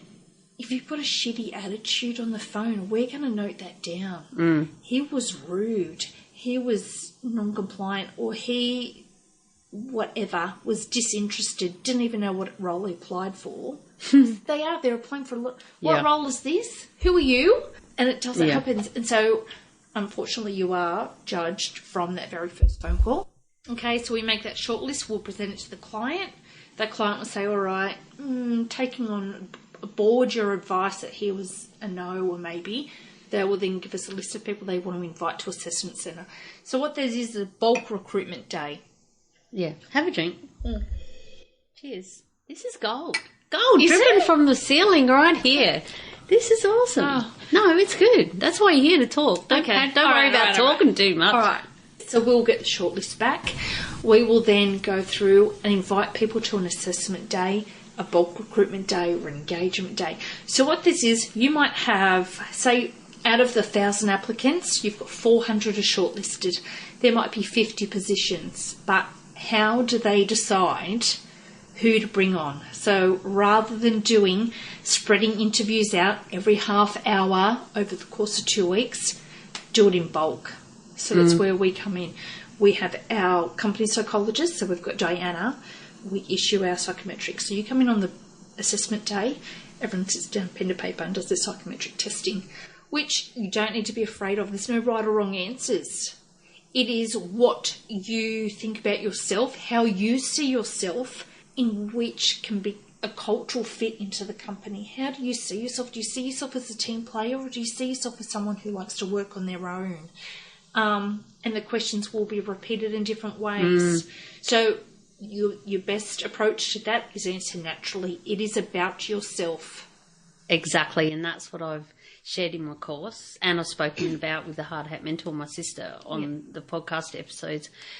And I shared a link in the show notes of that one, which I'll leave in the show notes for this, and it's inside the course as well, where you can go and do practice psychometric testing. And that's what my sister said. They don't want everyone to be leaders. They need, because there's so many different variations of that. There's the e-colours and there's all these things. And they need a bit of everyone. We do. We need a diverse. You need someone who's going to speak up, but you need others who are just going to do as they're told. You need others that are leaders. Because you will have the leaders will guide the ones who will just follow. You'll have people who will follow, but they're not going to just be blind sheep. I'll do whatever you want, even though that's unsafe, but I'm just going to keep my mouth shut and do what I'm told. You've got your leaders, you've got your sheep, and then in between you've got people who have got that common sense of, not a problem, I can do what you say. May I just check with you that this is right, because previous experiences this way would you, sorry, I'm having a bad day, you're right. Or, no, circumstances have changed, we are doing this way because. So you want people to question, you want people to lead, and you just need your soldiers. That's right. So when it comes to all of those sort of tests, Be yourself. Be yourself. Because if you're pretending to be someone else, that person might not be the one they're actually looking for at the moment. Exactly. And our psychologist, and what she does when she's going through the answers, she can see that there's an inconsistency. So there's no way to cheat. Just be yourself. It's the easiest way. Just be yourself. So you've got your psychometric testing. At times you might have your safety analysis as well. So how I've presented these before, down in Mudgee, there's a PowerPoint on screen with 115 safety questions. And it's down to how you think, what is the safest option, or what is the riskiest thing? How do you feel about things? So at the end of the day, when we have our feedback session with a client, or the candidate's gone home, we go through the results that come through from the psychologist. And most of it is how you think about yourself, how you may integrate into a team, and what qualities you have, what do you lack. The client then decides how that will fit. So you can't fake that. You really do need to be yourself. Yeah. Okay? You just need to be genuine. So is that where they do all the weird stuff, like you were saying about building a tent and that? Oh, yes. I give away a trade secret. No, maybe not a tent. Maybe it was something else. Okay, so there's all... However you want to share this in a way that you think you can get away with it. So the purpose of the activities we have, so you will have your psychometric testing, so we get that out of the way. Start of the day, you need to use your brain to think about some of these things. That's done. You might then go into your group activities. Now, the purpose of the group activities is to lower your barriers, lower your guard. You will relax a bit. You get to mingle more with your groups. You might be in groups of maybe 5 or 6. Okay, it's about teamwork, how you're interacting in a team. So what we are looking for, because we might offer some employee, as very rare that us as prospect recruitment would offer any information or feedback session. It's the clients talking amongst themselves, the staff, based on team. So you're facilitating the whole thing, organising all. That's all we everyone. do. We are not decision makers. Yep. At times, if there's something that's been missed or something we've really observed, we'll say, "Oh, we observed this," but it's so rare. Simply facilitators. So we just sit there. I take notes so we can provide it back in a PowerPoint later at the end of the day. They've got the psychologist on the phone to explain results. So the purpose of the activities is to let your guard down. Because if you're, for example, underground, okay, you're working underground, so recent experience, an underground trainee role, okay? So the activities that we choose is to demonstrate qualities that may be needed or are pivotal in an underground role. So, for example, constructing I'll say a tent, okay? All right? You don't have to give away all the secrets of it. Oh, well, I'll just give away one secret. Constructing a tent, okay? I won't give all the way. And I will say, people talk amongst themselves and stuff anyway. So it's probably not that much of a secret. Sorry. Exactly. No, I know people talk. Yes, yeah. I can imagine things have been said about me after the assessment. Oh, my God, that bitch. No. But, and so the point of that is you let your guard down. You're presented with the problem that you need to solve. So what happens with your guard down is you start focusing on the problem you need to solve. Really, solving the problem is 20%. What we want to know is how you interact with the team, but more importantly, how they interact to you. So you might think that you're a leader, so you will take control. Can you do this? Can you do that? Yep, spin that around, do that. And everyone is all different personality types, and there's no right and wrong. I have to stress that there's no right or wrong. But if you're a personality that people are not going to react to, who will? She's given me the finger. So that you know. No, but you know what I mean. But if you're that sort of person is like an asshole, I don't basically. Respect is that who you mean? Like, yes. You're an asshole. I don't want to do what you're telling me to do. Do you want people to know that I did that? But in terms of you were being too nice because you didn't want to say the words. You know what I mean? Yes. It's a lack of respect for someone as a leader who might be an alpha. They might have leadership qualities and they think they have it. But if the rest of the team is not going to respect you as a leader, you're going to have problems. Yeah. So what we're watching out for is how do other people's react to you, and not even just as a leader, just as a fellow member of the team. You are lazy. I don't want to work with you. So they might be ostracised from the team. Okay, so these are all things that are on display. So as you know, underground, it is dark. It's disgusting down there. I don't know how anyone works underground. No, they're real miners, right? Real miners. Yep. You got to meet the real miner. Not many people have. I've met the real miner. Yes, I have. But it's the environment is really unpleasant. And you can't always verbally communicate. So as part of some of these tasks, it is you're focused on the job. How am I going to get the job done? And we might disable some of those communication techniques. For example, you might have to do things blindfolded. You might have to do things where you're not allowed to communicate verbally. You might have to have your hands tied. Whatever it is, so you have to think about, otherwise, how else can I communicate? Because you're underground. Yes, you will just do it. Go back. I'm shaking my hand around and pointing backwards because that is communication. You might not be able to yell because he can't hear you over noisy machinery. Yeah. So that's the point of these activities. You want to see how else, when your guard is down, because your truer self comes out, how you communicate, how your interactions are with others.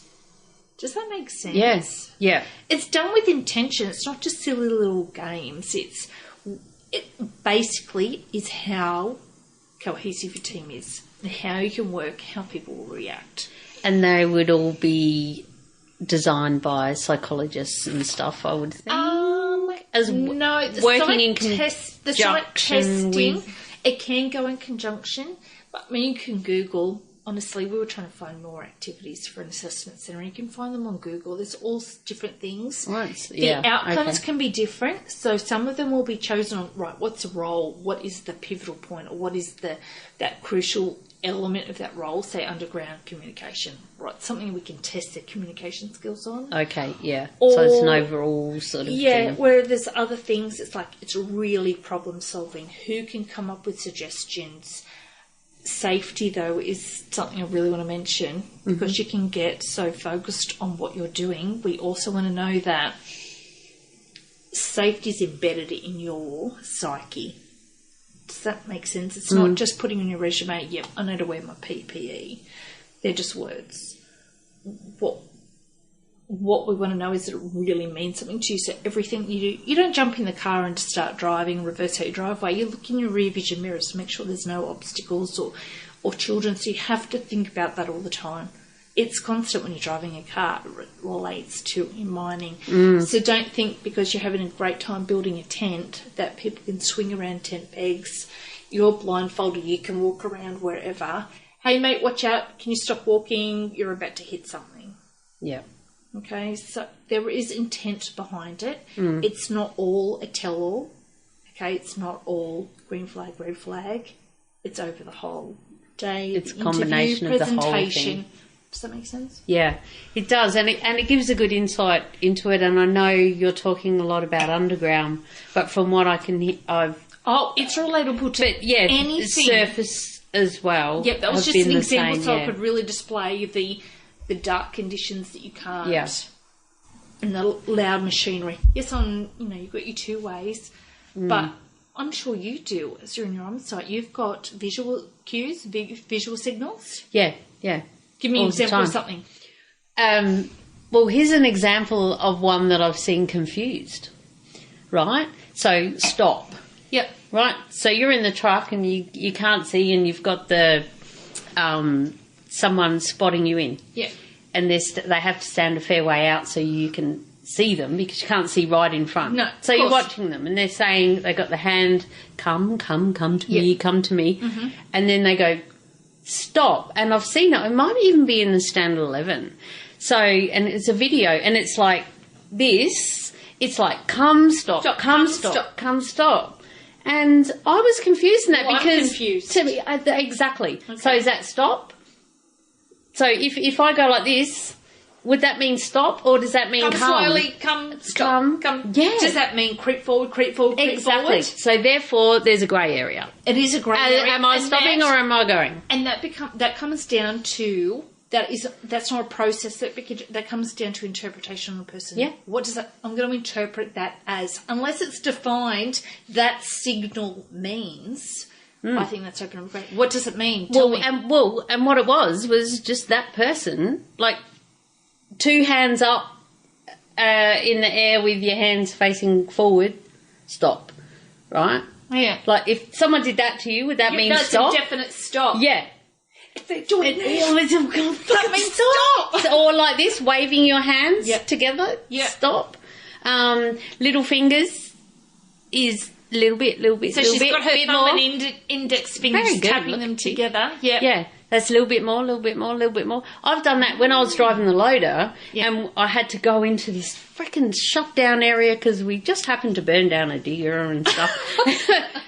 That was fun. Minor. And I had to go in on the loader and there were all blokes, 60 blokes, easy, in there. And there's bits of crap laying everywhere and the shell of a digger, and they wanted me to go in here in this loader, which was too big to go in that area in my view, and I had to go in and with my bucket push the tracks a little bit, just to relieve. See, that to me is the world's smallest violin. Exactly. Yeah. Rolling small balls. So a little bit.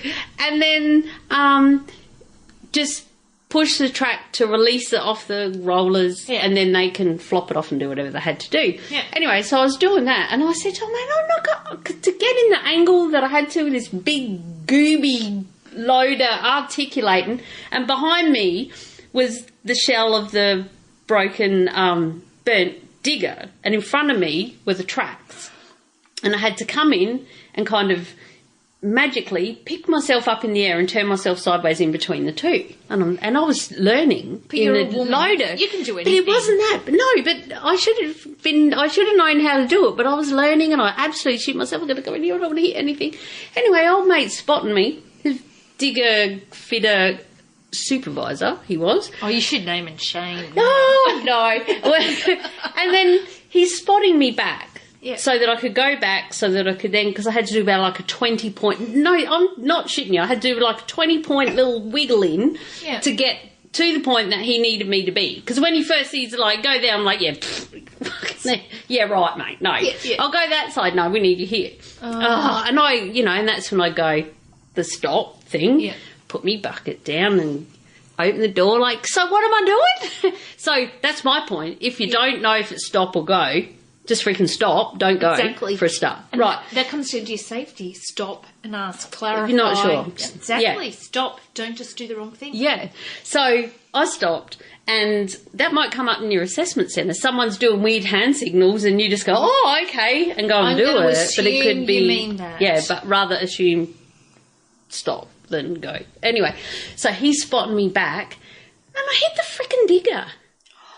And I'm like, and there's guys standing up there looking over because they're just watching this girl in there doing it. And he made me hit the digger. It was a bit of a love tap, nothing. And I'm like, you made me, because someone come over and asked him something. So he got sidetracked. He's spotting me in. And I fucking lost my shit. Like, on the inside. Yeah. And I'm like, man, I just hit it. He goes, it's all right, it's fucked anyway. Because, I was burnt. And they're pulling it to pieces, so it really didn't matter. Didn't matter. But I'm like, no, mate. You're like, oh. And so I worked with him for quite a few years after that, water carts and stuff, and the loader, and he'd spot me, and I'm like, right, can I trust you? He goes, yes. It was our little thing after that. Yeah. Signals. Yeah, I got used to not trusting him and watching myself. Like, if I wasn't sure. But as a newbie, you wouldn't know that, would you? Yeah, well, I was an oldie on a newbie machine. So okay. I'd been in mining for a long time, but I was new on the loader. And new to his signals? Because I don't think I'd even... I might have had him on the water cart then. But in the water cart, that was just to come up close to the machine so they could wash it or whatever. Yeah. And I could see I'm going to stop. But this was... I haven't thought about that for a while. That was horrible, and I was embarrassed. Well, it is good, especially when you've got everyone watching and men to edit this. Oh, no, look at this. Too. No, don't edit it, because it was true. I felt judged. And I took it on board that it was because I was a woman. They would have done the same, I now know. That's what I think. If it was a bloke, it would have been the same. It is. It's a hindrance to women who might want to get into mining. I can't tell you how many assessment centres I've been to. So they're rail, but in general, male-dominated areas, there's very few women, and when they are there, it's obvious they're intimidated. They might try not to show it, but they are. Yeah. So if you imagine on a mine site and you've got men watching you, I can imagine they're waiting for you to fail, and it's almost setting you up for failure. And then, as for anyone, if you've got someone on you like that, it makes you. It can get to you, but it also makes you really proud when you end up. You do it, you rock it. Oh yeah, I'm going in there. Yep, I can get in there. Which is how I ended up. Kind of, I like to think. Yeah. So Jeez. But so the reason we brought that up was because we were talking about the assessment centres and signalling and stop and go, and so that's the overall thing of what they're looking at. And there are a couple of situations where that could actually happen, not just pretending to build a tent blindfolded. No, and this is just simply superficial. On a very superficial level, what's your awareness of safety like? Yep. How do you... Because in those environments, you can see, right, they were a clear leader. And it could simply be they could see the rest of the group found, just fumbling. All right, I'm just going to step up. There might not be a natural leader, but I can see someone struggling. We're all struggling. Right, God, we've got to nail this. Someone might step up. And it's not necessarily all about how well you do this or how well you do that. It's an overall. He's a really good team player. He'll step up when he needs to be, but he can also just get in and do what he needs to. And listening skills would have to be a big one, would it? Oh, it is. Because I can't comprehending. It is, because when we're giving instructions on an activity... If you zone out, you're fucked, aren't you? Because you need to take shit in. And so like at a pre-start meeting, for instance. Exactly. The amount of people at... Sorry, I'll just say this. No, go. The amount of people at a pre-start, and they've said, we're going here, we're going there, we're doing this, we're doing that, get in the light vehicle, and they're driving down to... Where you going, mate? Where are we going? What are we doing today? No, well, they just told us at the pre-start this ramp's shut. Yeah. Oh, I didn't hear that. Like, they're going, I don't listen to fucking pre-starts, Yeah. Because you zone out 5 o'clock in the morning, half asleep, only had one coffee.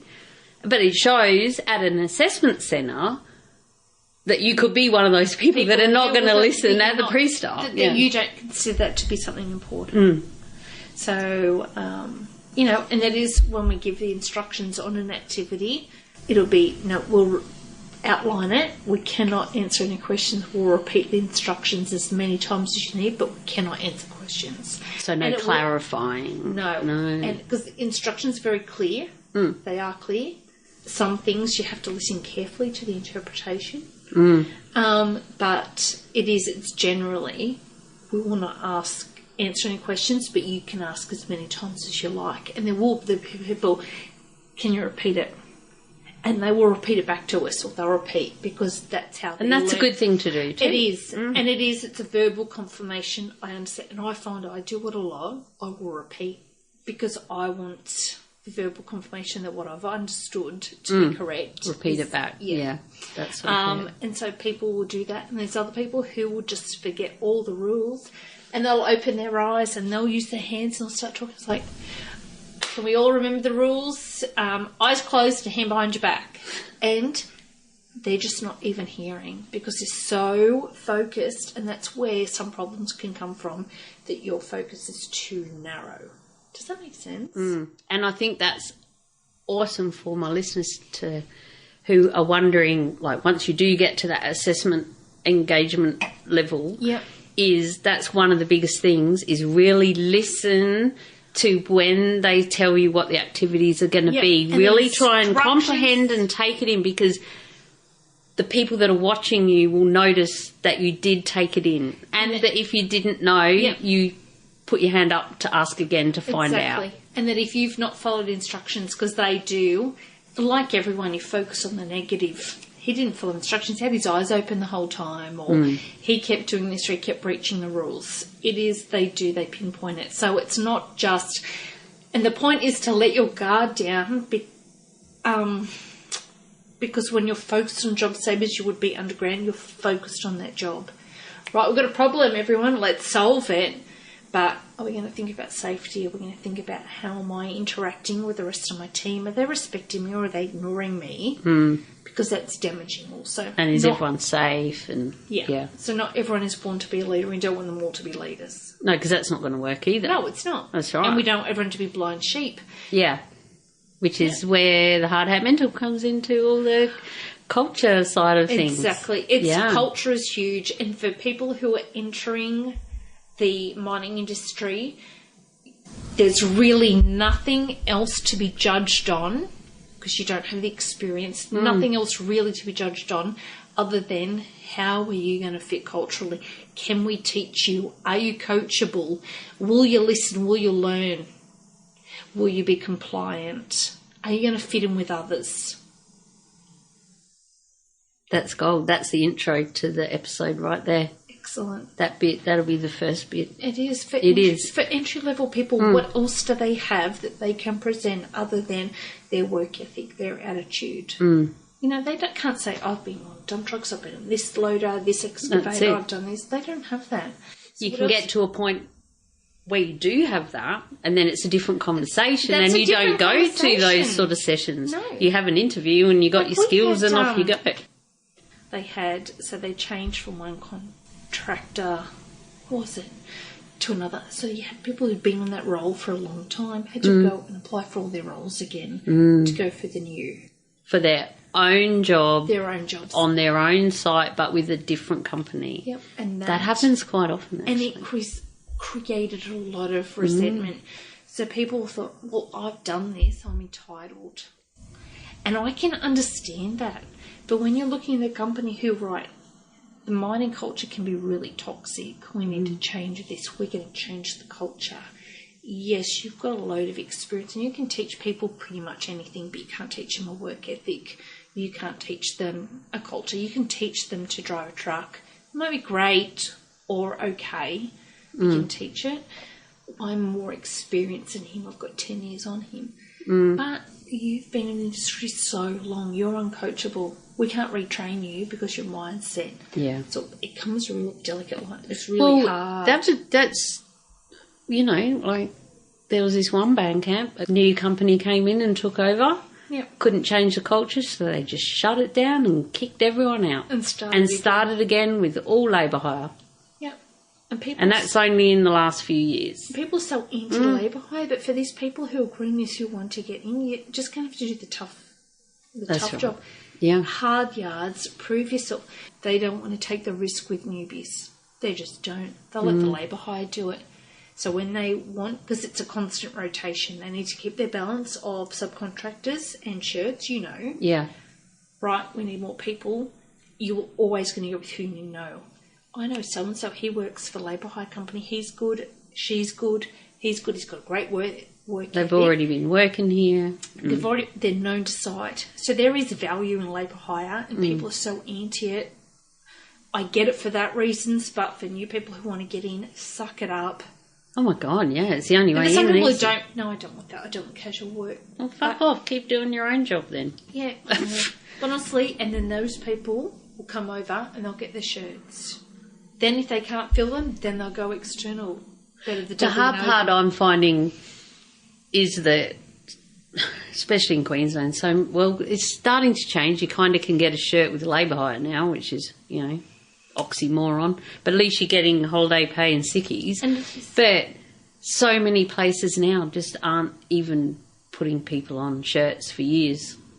So people stay because they dangle the carrot. We're thinking we might put some shirts on, and one band camp I was at recently, they put about 10 shirts on, and so there were people that have been labour hire 3-4 years, and they put their hand up, but they only put on digger drivers. So all the normal trucky kind of people, and that comes from way higher up. I mean, that's it does, past. And it's a global business decision. 2 more things. Yeah. The difference between New South Wales and Queensland competencies, like Coldwell Medical, or whatever the differences are, and then a quick touch on social media, and then we're pretty much done. I reckon we've chatted for hours. I'm sorry, I told you. Don't be sorry. This is gold. I told you can go 2 hours. Oh my gosh! Will people listen for that long? They do. Like I say, if they're driving a truck for freaking 12 hours, they'll just one podcast is between first and second crib. Like, I feel like I'm a bit boring. Oh my God, you are. I'm nearly asleep. Look at me.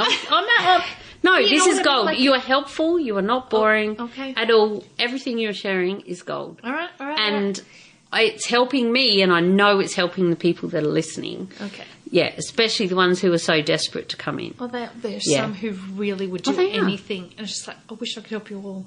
I do. That's right. But we can't. No, we can't. This is how we can. All right. Is by giving them our tips. Everyone listen to Leanne. Oh, no. Mad Mumsy. No, that's all right. Cheers, mate. No, this is gold. No, seriously, you're not boring at all. Don't be ridiculous. All right. So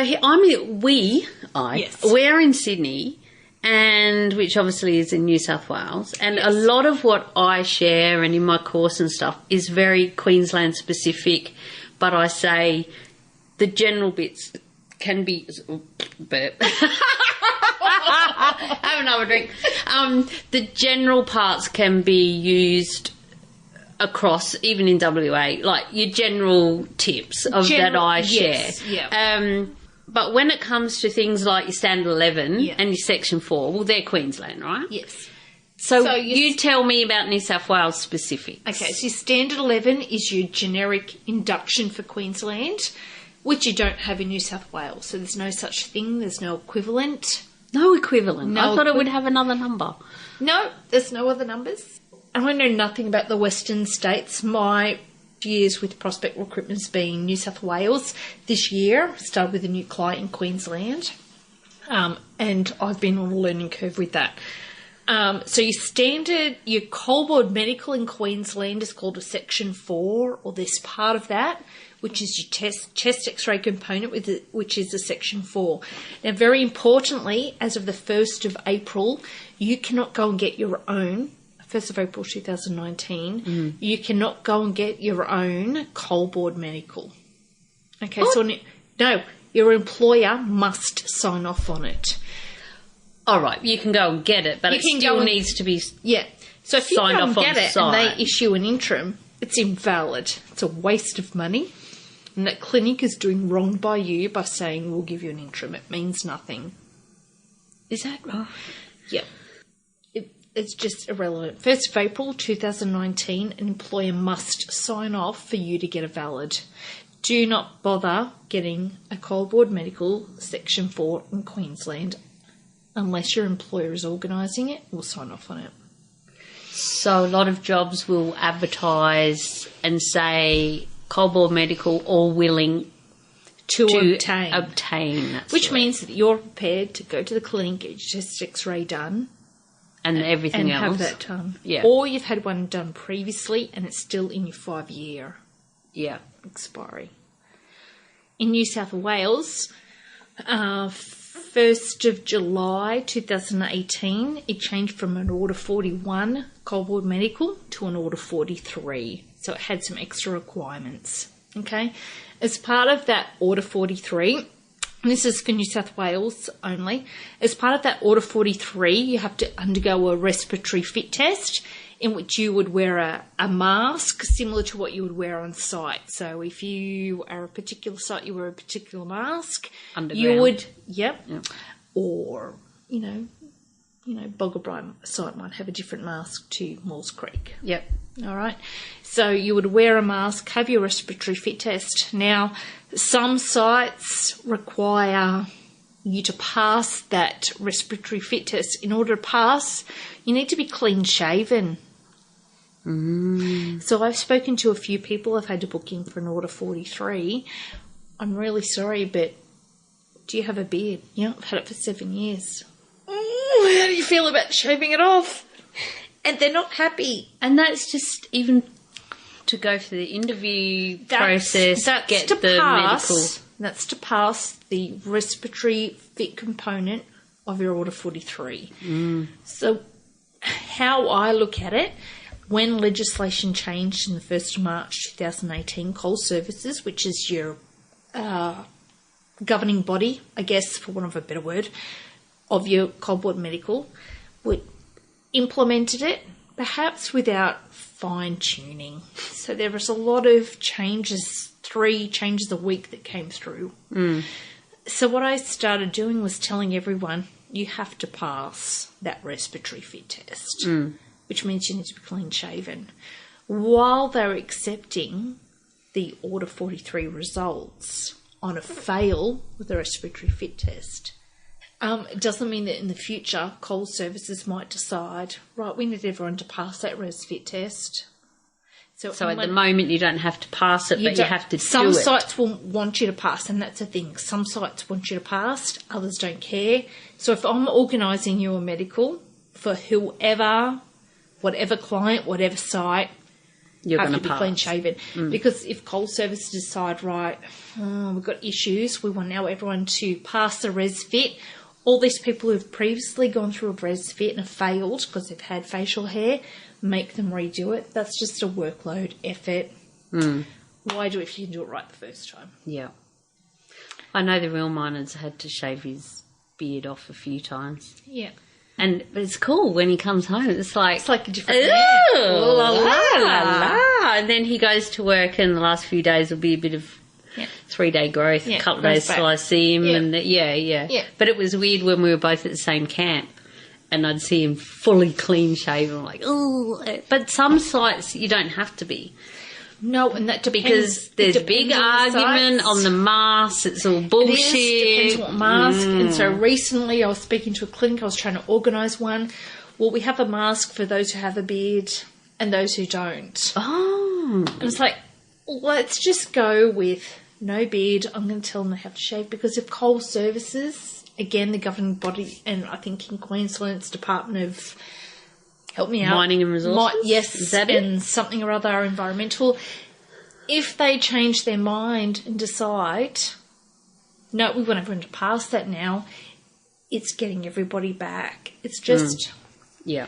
I like to do things the simple way, and if that means doing the Get it hard right the yards first in time. the first time to save time, that's just how I work. Yeah. Some people might be like, I don't want to shave my beard, I've had it 11 years.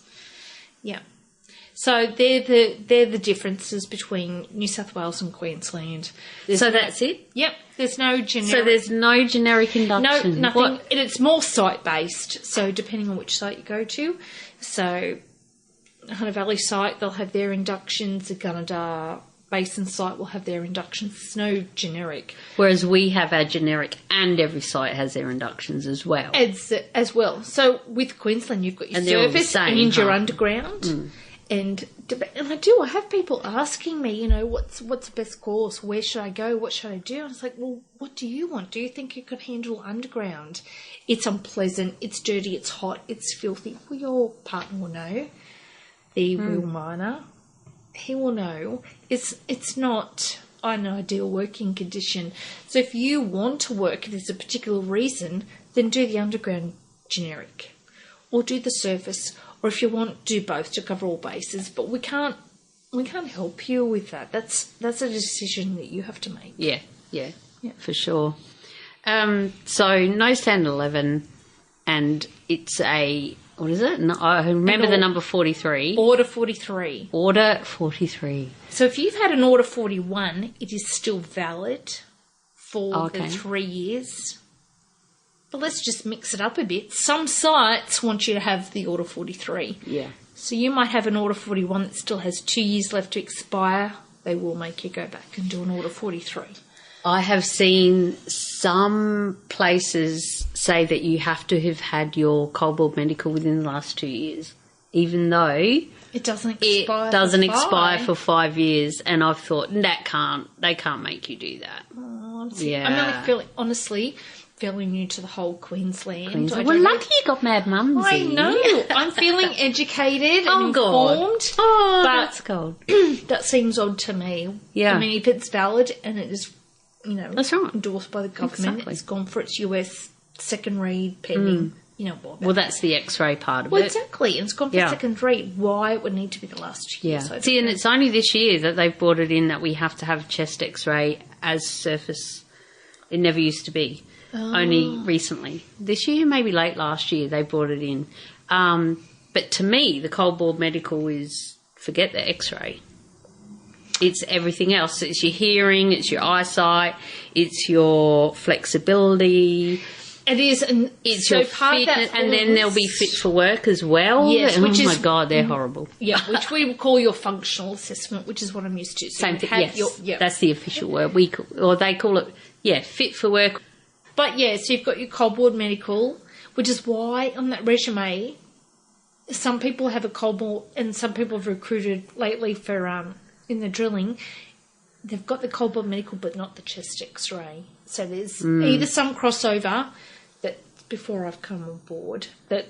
Well, it's only recent that you have to have the chest X-ray. So they don't. So I've had to. Let's just get a whole new section 4, which is your whole cold board medical. Yeah. Then there's your company specific. We want these components done before functional. 30 kilos, 20 kilos, 15 kilos, whatever. And Mad Mumsy has spoken about that quite a bit on the podcast, and it's in the course as well. I've not listened to it. So is that negative or positive? Bit of both. More negative.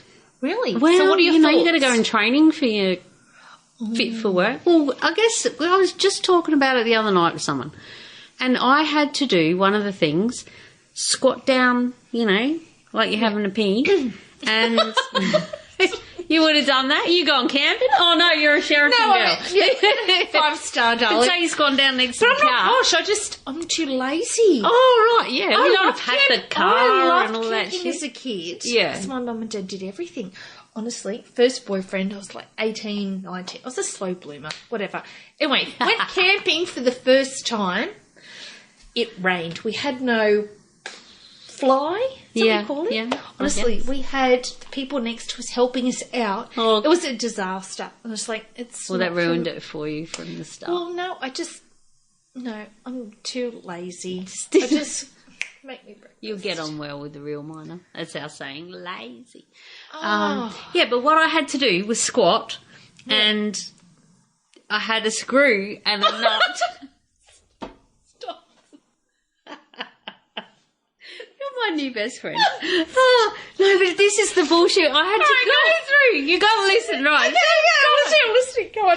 So I'm squatting, not over a mirror. I'm screwing up and undoing a nut and bolt for 3 minutes. For 3 minutes. And I'm squatting down and I'm going to the chick. I'm like, so why are we doing this? And she said, well, we're just doing what the client asked us to test for. I said, yeah, but what are we testing for here? She said, to see if you can bend down to do a pre-start on your machine. And I wanted to throw the nut and bolt at her. I said, do you know I need to get a special step because I'm short to stand on so I can do a pre-start on my truck? Because I'm squatting down here. I did not Because need everyone to else has to squat down. No, because my machine's so big. But for everyone else, why are they expecting I don't that? know what that was. That's just one. Up and down ladders, checking your heart rate. Okay. And the picking up of the heavy boxes, walk out the back, round the clothesline, come back in, put that there on a bench that for me, as a shorty, was too high. So by the time... Yeah, see? Clothesline a little bit shorter. About the same, close, a bit shorter. Yeah. So, you are a little pocket rocket. So once we got up to about 20 kilos, I said to her, I'm not doing that. And she said, oh, why not? I said, I am not putting my shoulder out for you. What role I said, are you this going is for? As an the operator? truck operator.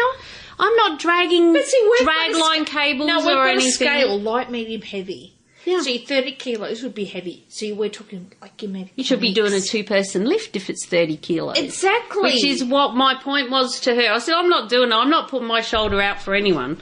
And she said, do you know what? I wish more people would speak up and say that because I can see people are struggling, yet they still do it.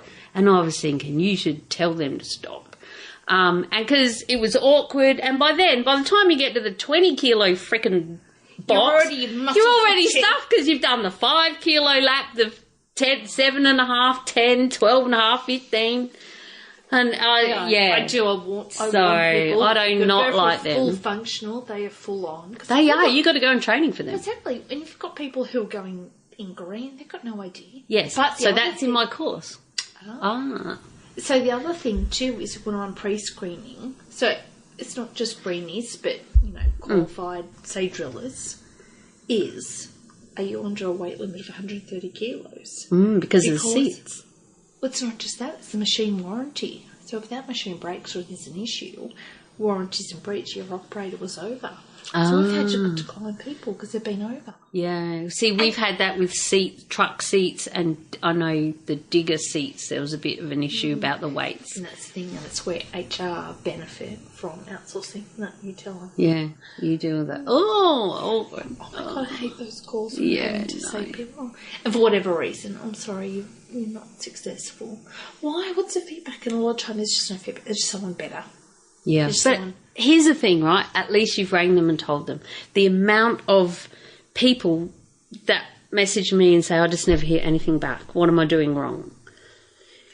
And that's so hard. And I think we've covered a lot of that in this conversation. That's disheartening. So what? You don't call 800 people back, though. You can't call them. And so...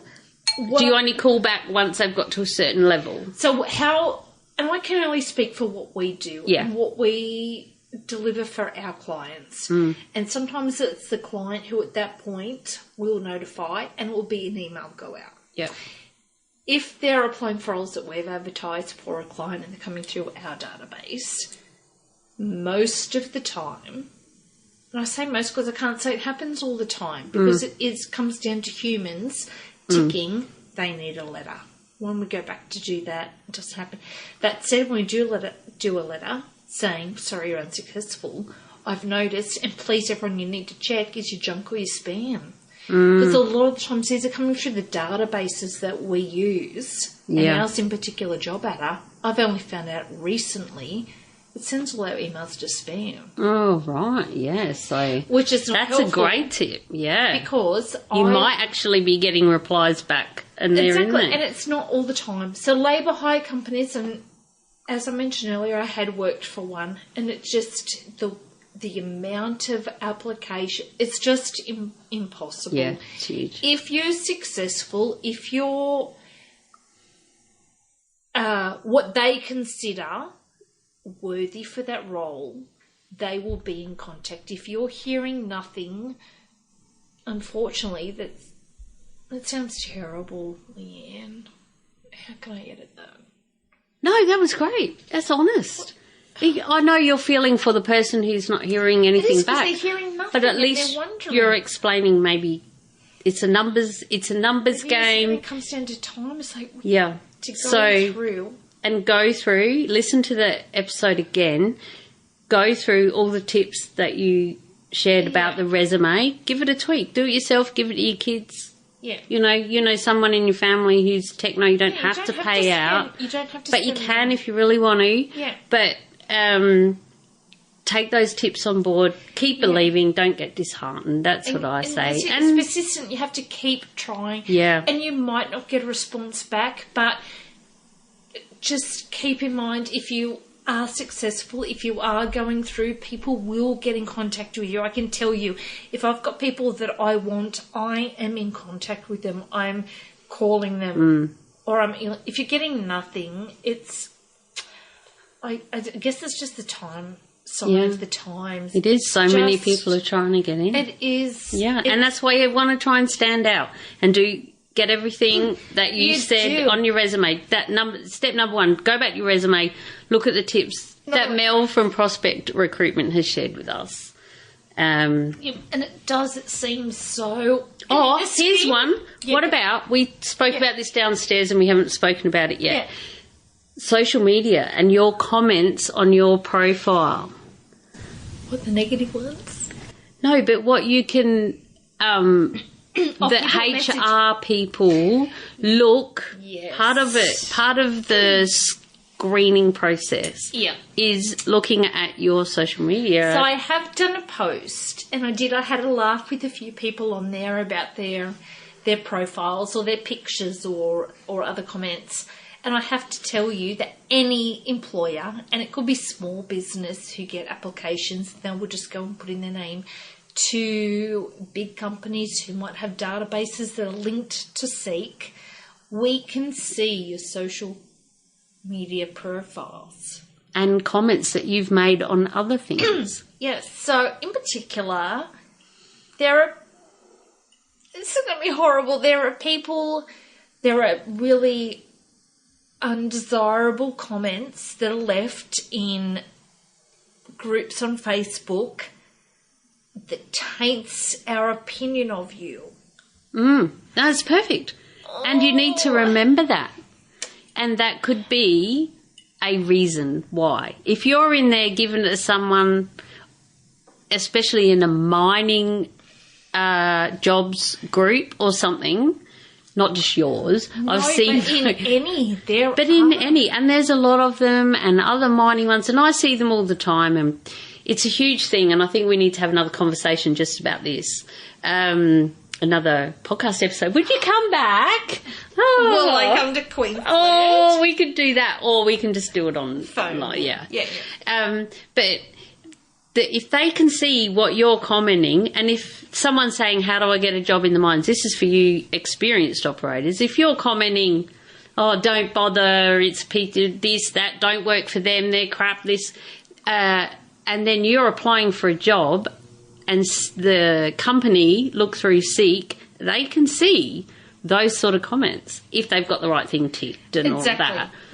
And they are doing it. I've heard it from a lot of people. And we do. So, and it's not just a case of snooping. It is technology. Profiling. It is. And so our database gives us the option to link your application to your social media profile. Okay?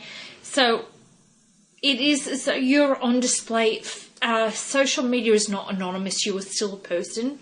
Okay?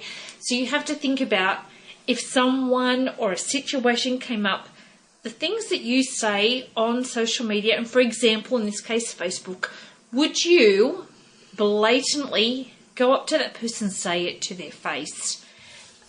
I mean, for me, this is an issue not just in terms of job seeking, but humanising. Just as humanity. Why do we need the negativity? Why do we need these? Why does everyone need to express their opinion? It's just my being. Yeah, no, I agree. I don't like the negativity. I don't like people bad-mouthing each other. It's just wrong. It just really bugs me. But have a clean social media profile, okay? Because just think about your interview.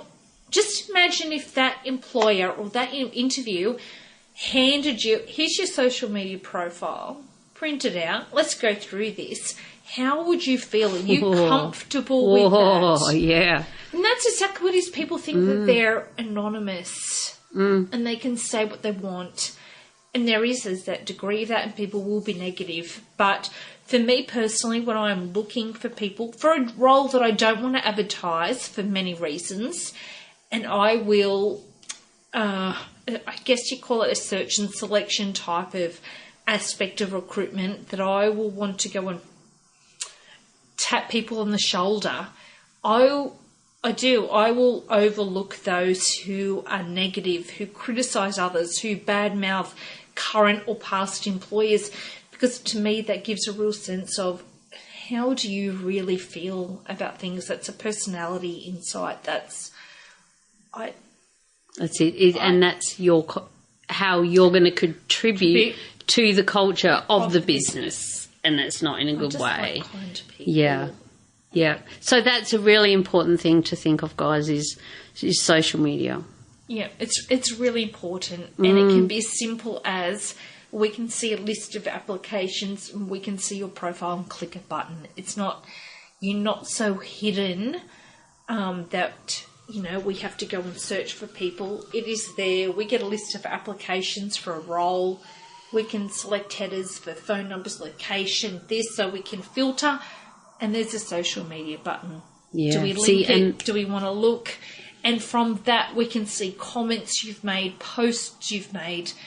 If you wish to continue in that manner, keep it private so that we can't see it. We don't know then. I guess is all I can offer. Yeah, we'll have another profile with a different name that isn't your name. Yep, and linked. But linked to a different email address too. So it comes up from your email. So it comes up via your email address. So you've applied. Yeah. If you've got a social media profile linked to that email, that's how it is. Oh, there you go. There's a hot tip. Well, I think that was pretty much everything we wanted to cover. Do you know the only thing we haven't covered is the start? And I told you sometimes the first question is at the end. No, we're not going back. This will be at the end. I've done this before. I did this with what's the intro? All right, you ready? I'll make an intro out of all of that, because we went straight to that resume. We did. We did. It was off the cuff. Yes, yeah. So, as this podcast is called the Beers with the Minor podcast, I like to start these happy hour episodes and sometimes finish them with my guests sharing their favourite beverage and also their favourite time to enjoy it. It could be beer, wine, spirit, or perhaps even a cup of tea. What is yours? Red and white wine, but I like one in each hand. Well, of course, there's no rules. When you said one in each hand, I didn't realise. A red and a white. At the same time. Well, it depends on the season. So tell me about that. Well, if it's really hot, I like a chilled wine. Yeah. If it's cold like today, I'll have a red. So, everyone, I have a Shiraz today. A Shiraz? A Shiraz. With a beer chaser? But it's a beer chaser in the other hand. Only because I got up to get one. Yeah. Oh, my God. But this is a Queenslander Forex Gold. Yes. So, and that's because I bought it. Have half of it. Yeah, that's fine. Oh, that's awesome. We've covered everything that I wanted to. The other thing with email addresses, can you please have people be aware not to have email addresses such as fuck you 69ers or something. I was trying to think of that. Oh my God, that is in my course. Yeah, my sister taught me that one. I cannot tell you how many times I've spoken to people. Now, I need to send you some information. Can I confirm your email address is an inappropriate email address that you would be embarrassed by if someone was to, in an open forum, say, does anybody have this email address? And you'd be embarrassed. Yeah. You're judging a book by its cover. Yeah. And now we have to make that book and the cover perfect. Yes. Because of what you have taught us. That's but please awesome. don't put pictures of dump trucks on your resume. Don't do that. I don't do that. I So did I that can't tell you once. how many applications I had it I as have. a background. Do you? A lot, no, it's 20 years ago Okay. probably. But So I have please excuse me. I'm sorry. current job ad up for. I need a experienced drill fitter. Been on the Atlas Copco, Pute Vipers, etc. It's got their S123. I've got people who've worked at IGA who've applied for that role. I'm not qualified, but I'm a quick learner. Mm. And And got a they picture- needed all of those things, and they Yeah, and they've got a picture of dump trucks because that's what they It's like want. their but vision it's- board. Yeah, don't put your vision board on your resume. That's a good. But do have a vision board and print it off and put it in your bathroom when you brush your teeth if you really want to do that, Or on the fridge. or on the fridge or somewhere when you get your next beer. That's gold. All right, finally, to close this off, what is your special place, Mel, when life turns to shit? What is it that you personally do to handle the tough times? My special place. I don't like the beach, so anything, anywhere, mountains, paddocks, farmlands, greenery, trees. Yep. I feel at peace. Beautiful. Yep. That sounds awesome. So, what's the best place that people can get in touch with you? Oh, do they have to? I'll leave links in the show notes, which can be found at madmumsy.com/beers60. Send all your resumes to Mel at... No, don't. Please don't. But to thank you... But to thank you for such an awesome interview. Okay, well, they can find me on Facebook at Melissa with 2 L's, 1 S, Prospect. Perfect. But Mad Mums, you'll put the links up for you. You can In the find show me. notes. I post Yep. a lot. Yeah, and there's gold in there. You got to follow her for sure. That's how I got to meet her. I kept stalking her. I was like, can I use this? Excellent. Okay, we got to go now because the real mine is home. He's been out for hours. We're going to have a drink. And we're going to have a drink because we haven't had one for ages. I ran out. Did you bring beer? No, Oh, back to Woolies. All right. Okay. Well, thanks, Mel. It's been No, gold. Awesome. thank you so much Thank for you. having me. Thank you. Oh, Bye. thanks. Bye. Bye. Oh, look, the Bye. good miners on your podcast. I'm going to have them again. That's staying. So there you go. You're still with me, and thank you so much for listening. I hope you enjoyed it as much as we did. It was freaking amazing time. And did you hear the real miner? Hashtag real miner. Remember all the links. No, I have to say more than just my standard outro. I know you've been listening for a long time, but I really, really think that the things that Mel shared with us will help many people tweak their resumes, help with interviews, and all of the things that we talked about. And what I like the most, I think, is just how passionate and thoughtful Mel was. At times she's like, oh, no, I can't say that. But to me, it shows her passion because she cares so much about the people. And that's what you want from the people you're working with, your labour hire company, your everyone. That's what we all want. We want to feel like people, not numbers. Yes, she has to go through thousands at times resumes, but by sharing the tips, hopefully you will stand out. But what I really found refreshing is how concerned she was about each of the people, the person behind the resume. And I'd love to get back to them, but they've got the wrong phone number or all of those sort of things. So be sure to head to the show notes, which can be found at madmumsy.com/beers60, the number 60. And all the links will be there. Follow Mel on Facebook, Mel Prospect and Prospect Recruitment, and especially if you're down in New South Wales, although they are branching out here in Queensland, and who knows where they will end up. But I hope that you too can find a recruiter who cares about you as much as I know Mel cares about us. Oh, and P.S. if anyone you know asks, how do I get a job in the mines? Send them my way. madmumsy.com. MUMZIE. Thank you so much for listening, and please share with your mates. Until next week, stay safe, be real, be special, and have fun, for we only live once. Cheers. Yay. Yay. 2 hours. Longest one ever. Maybe not. Okay, shut up. Bye.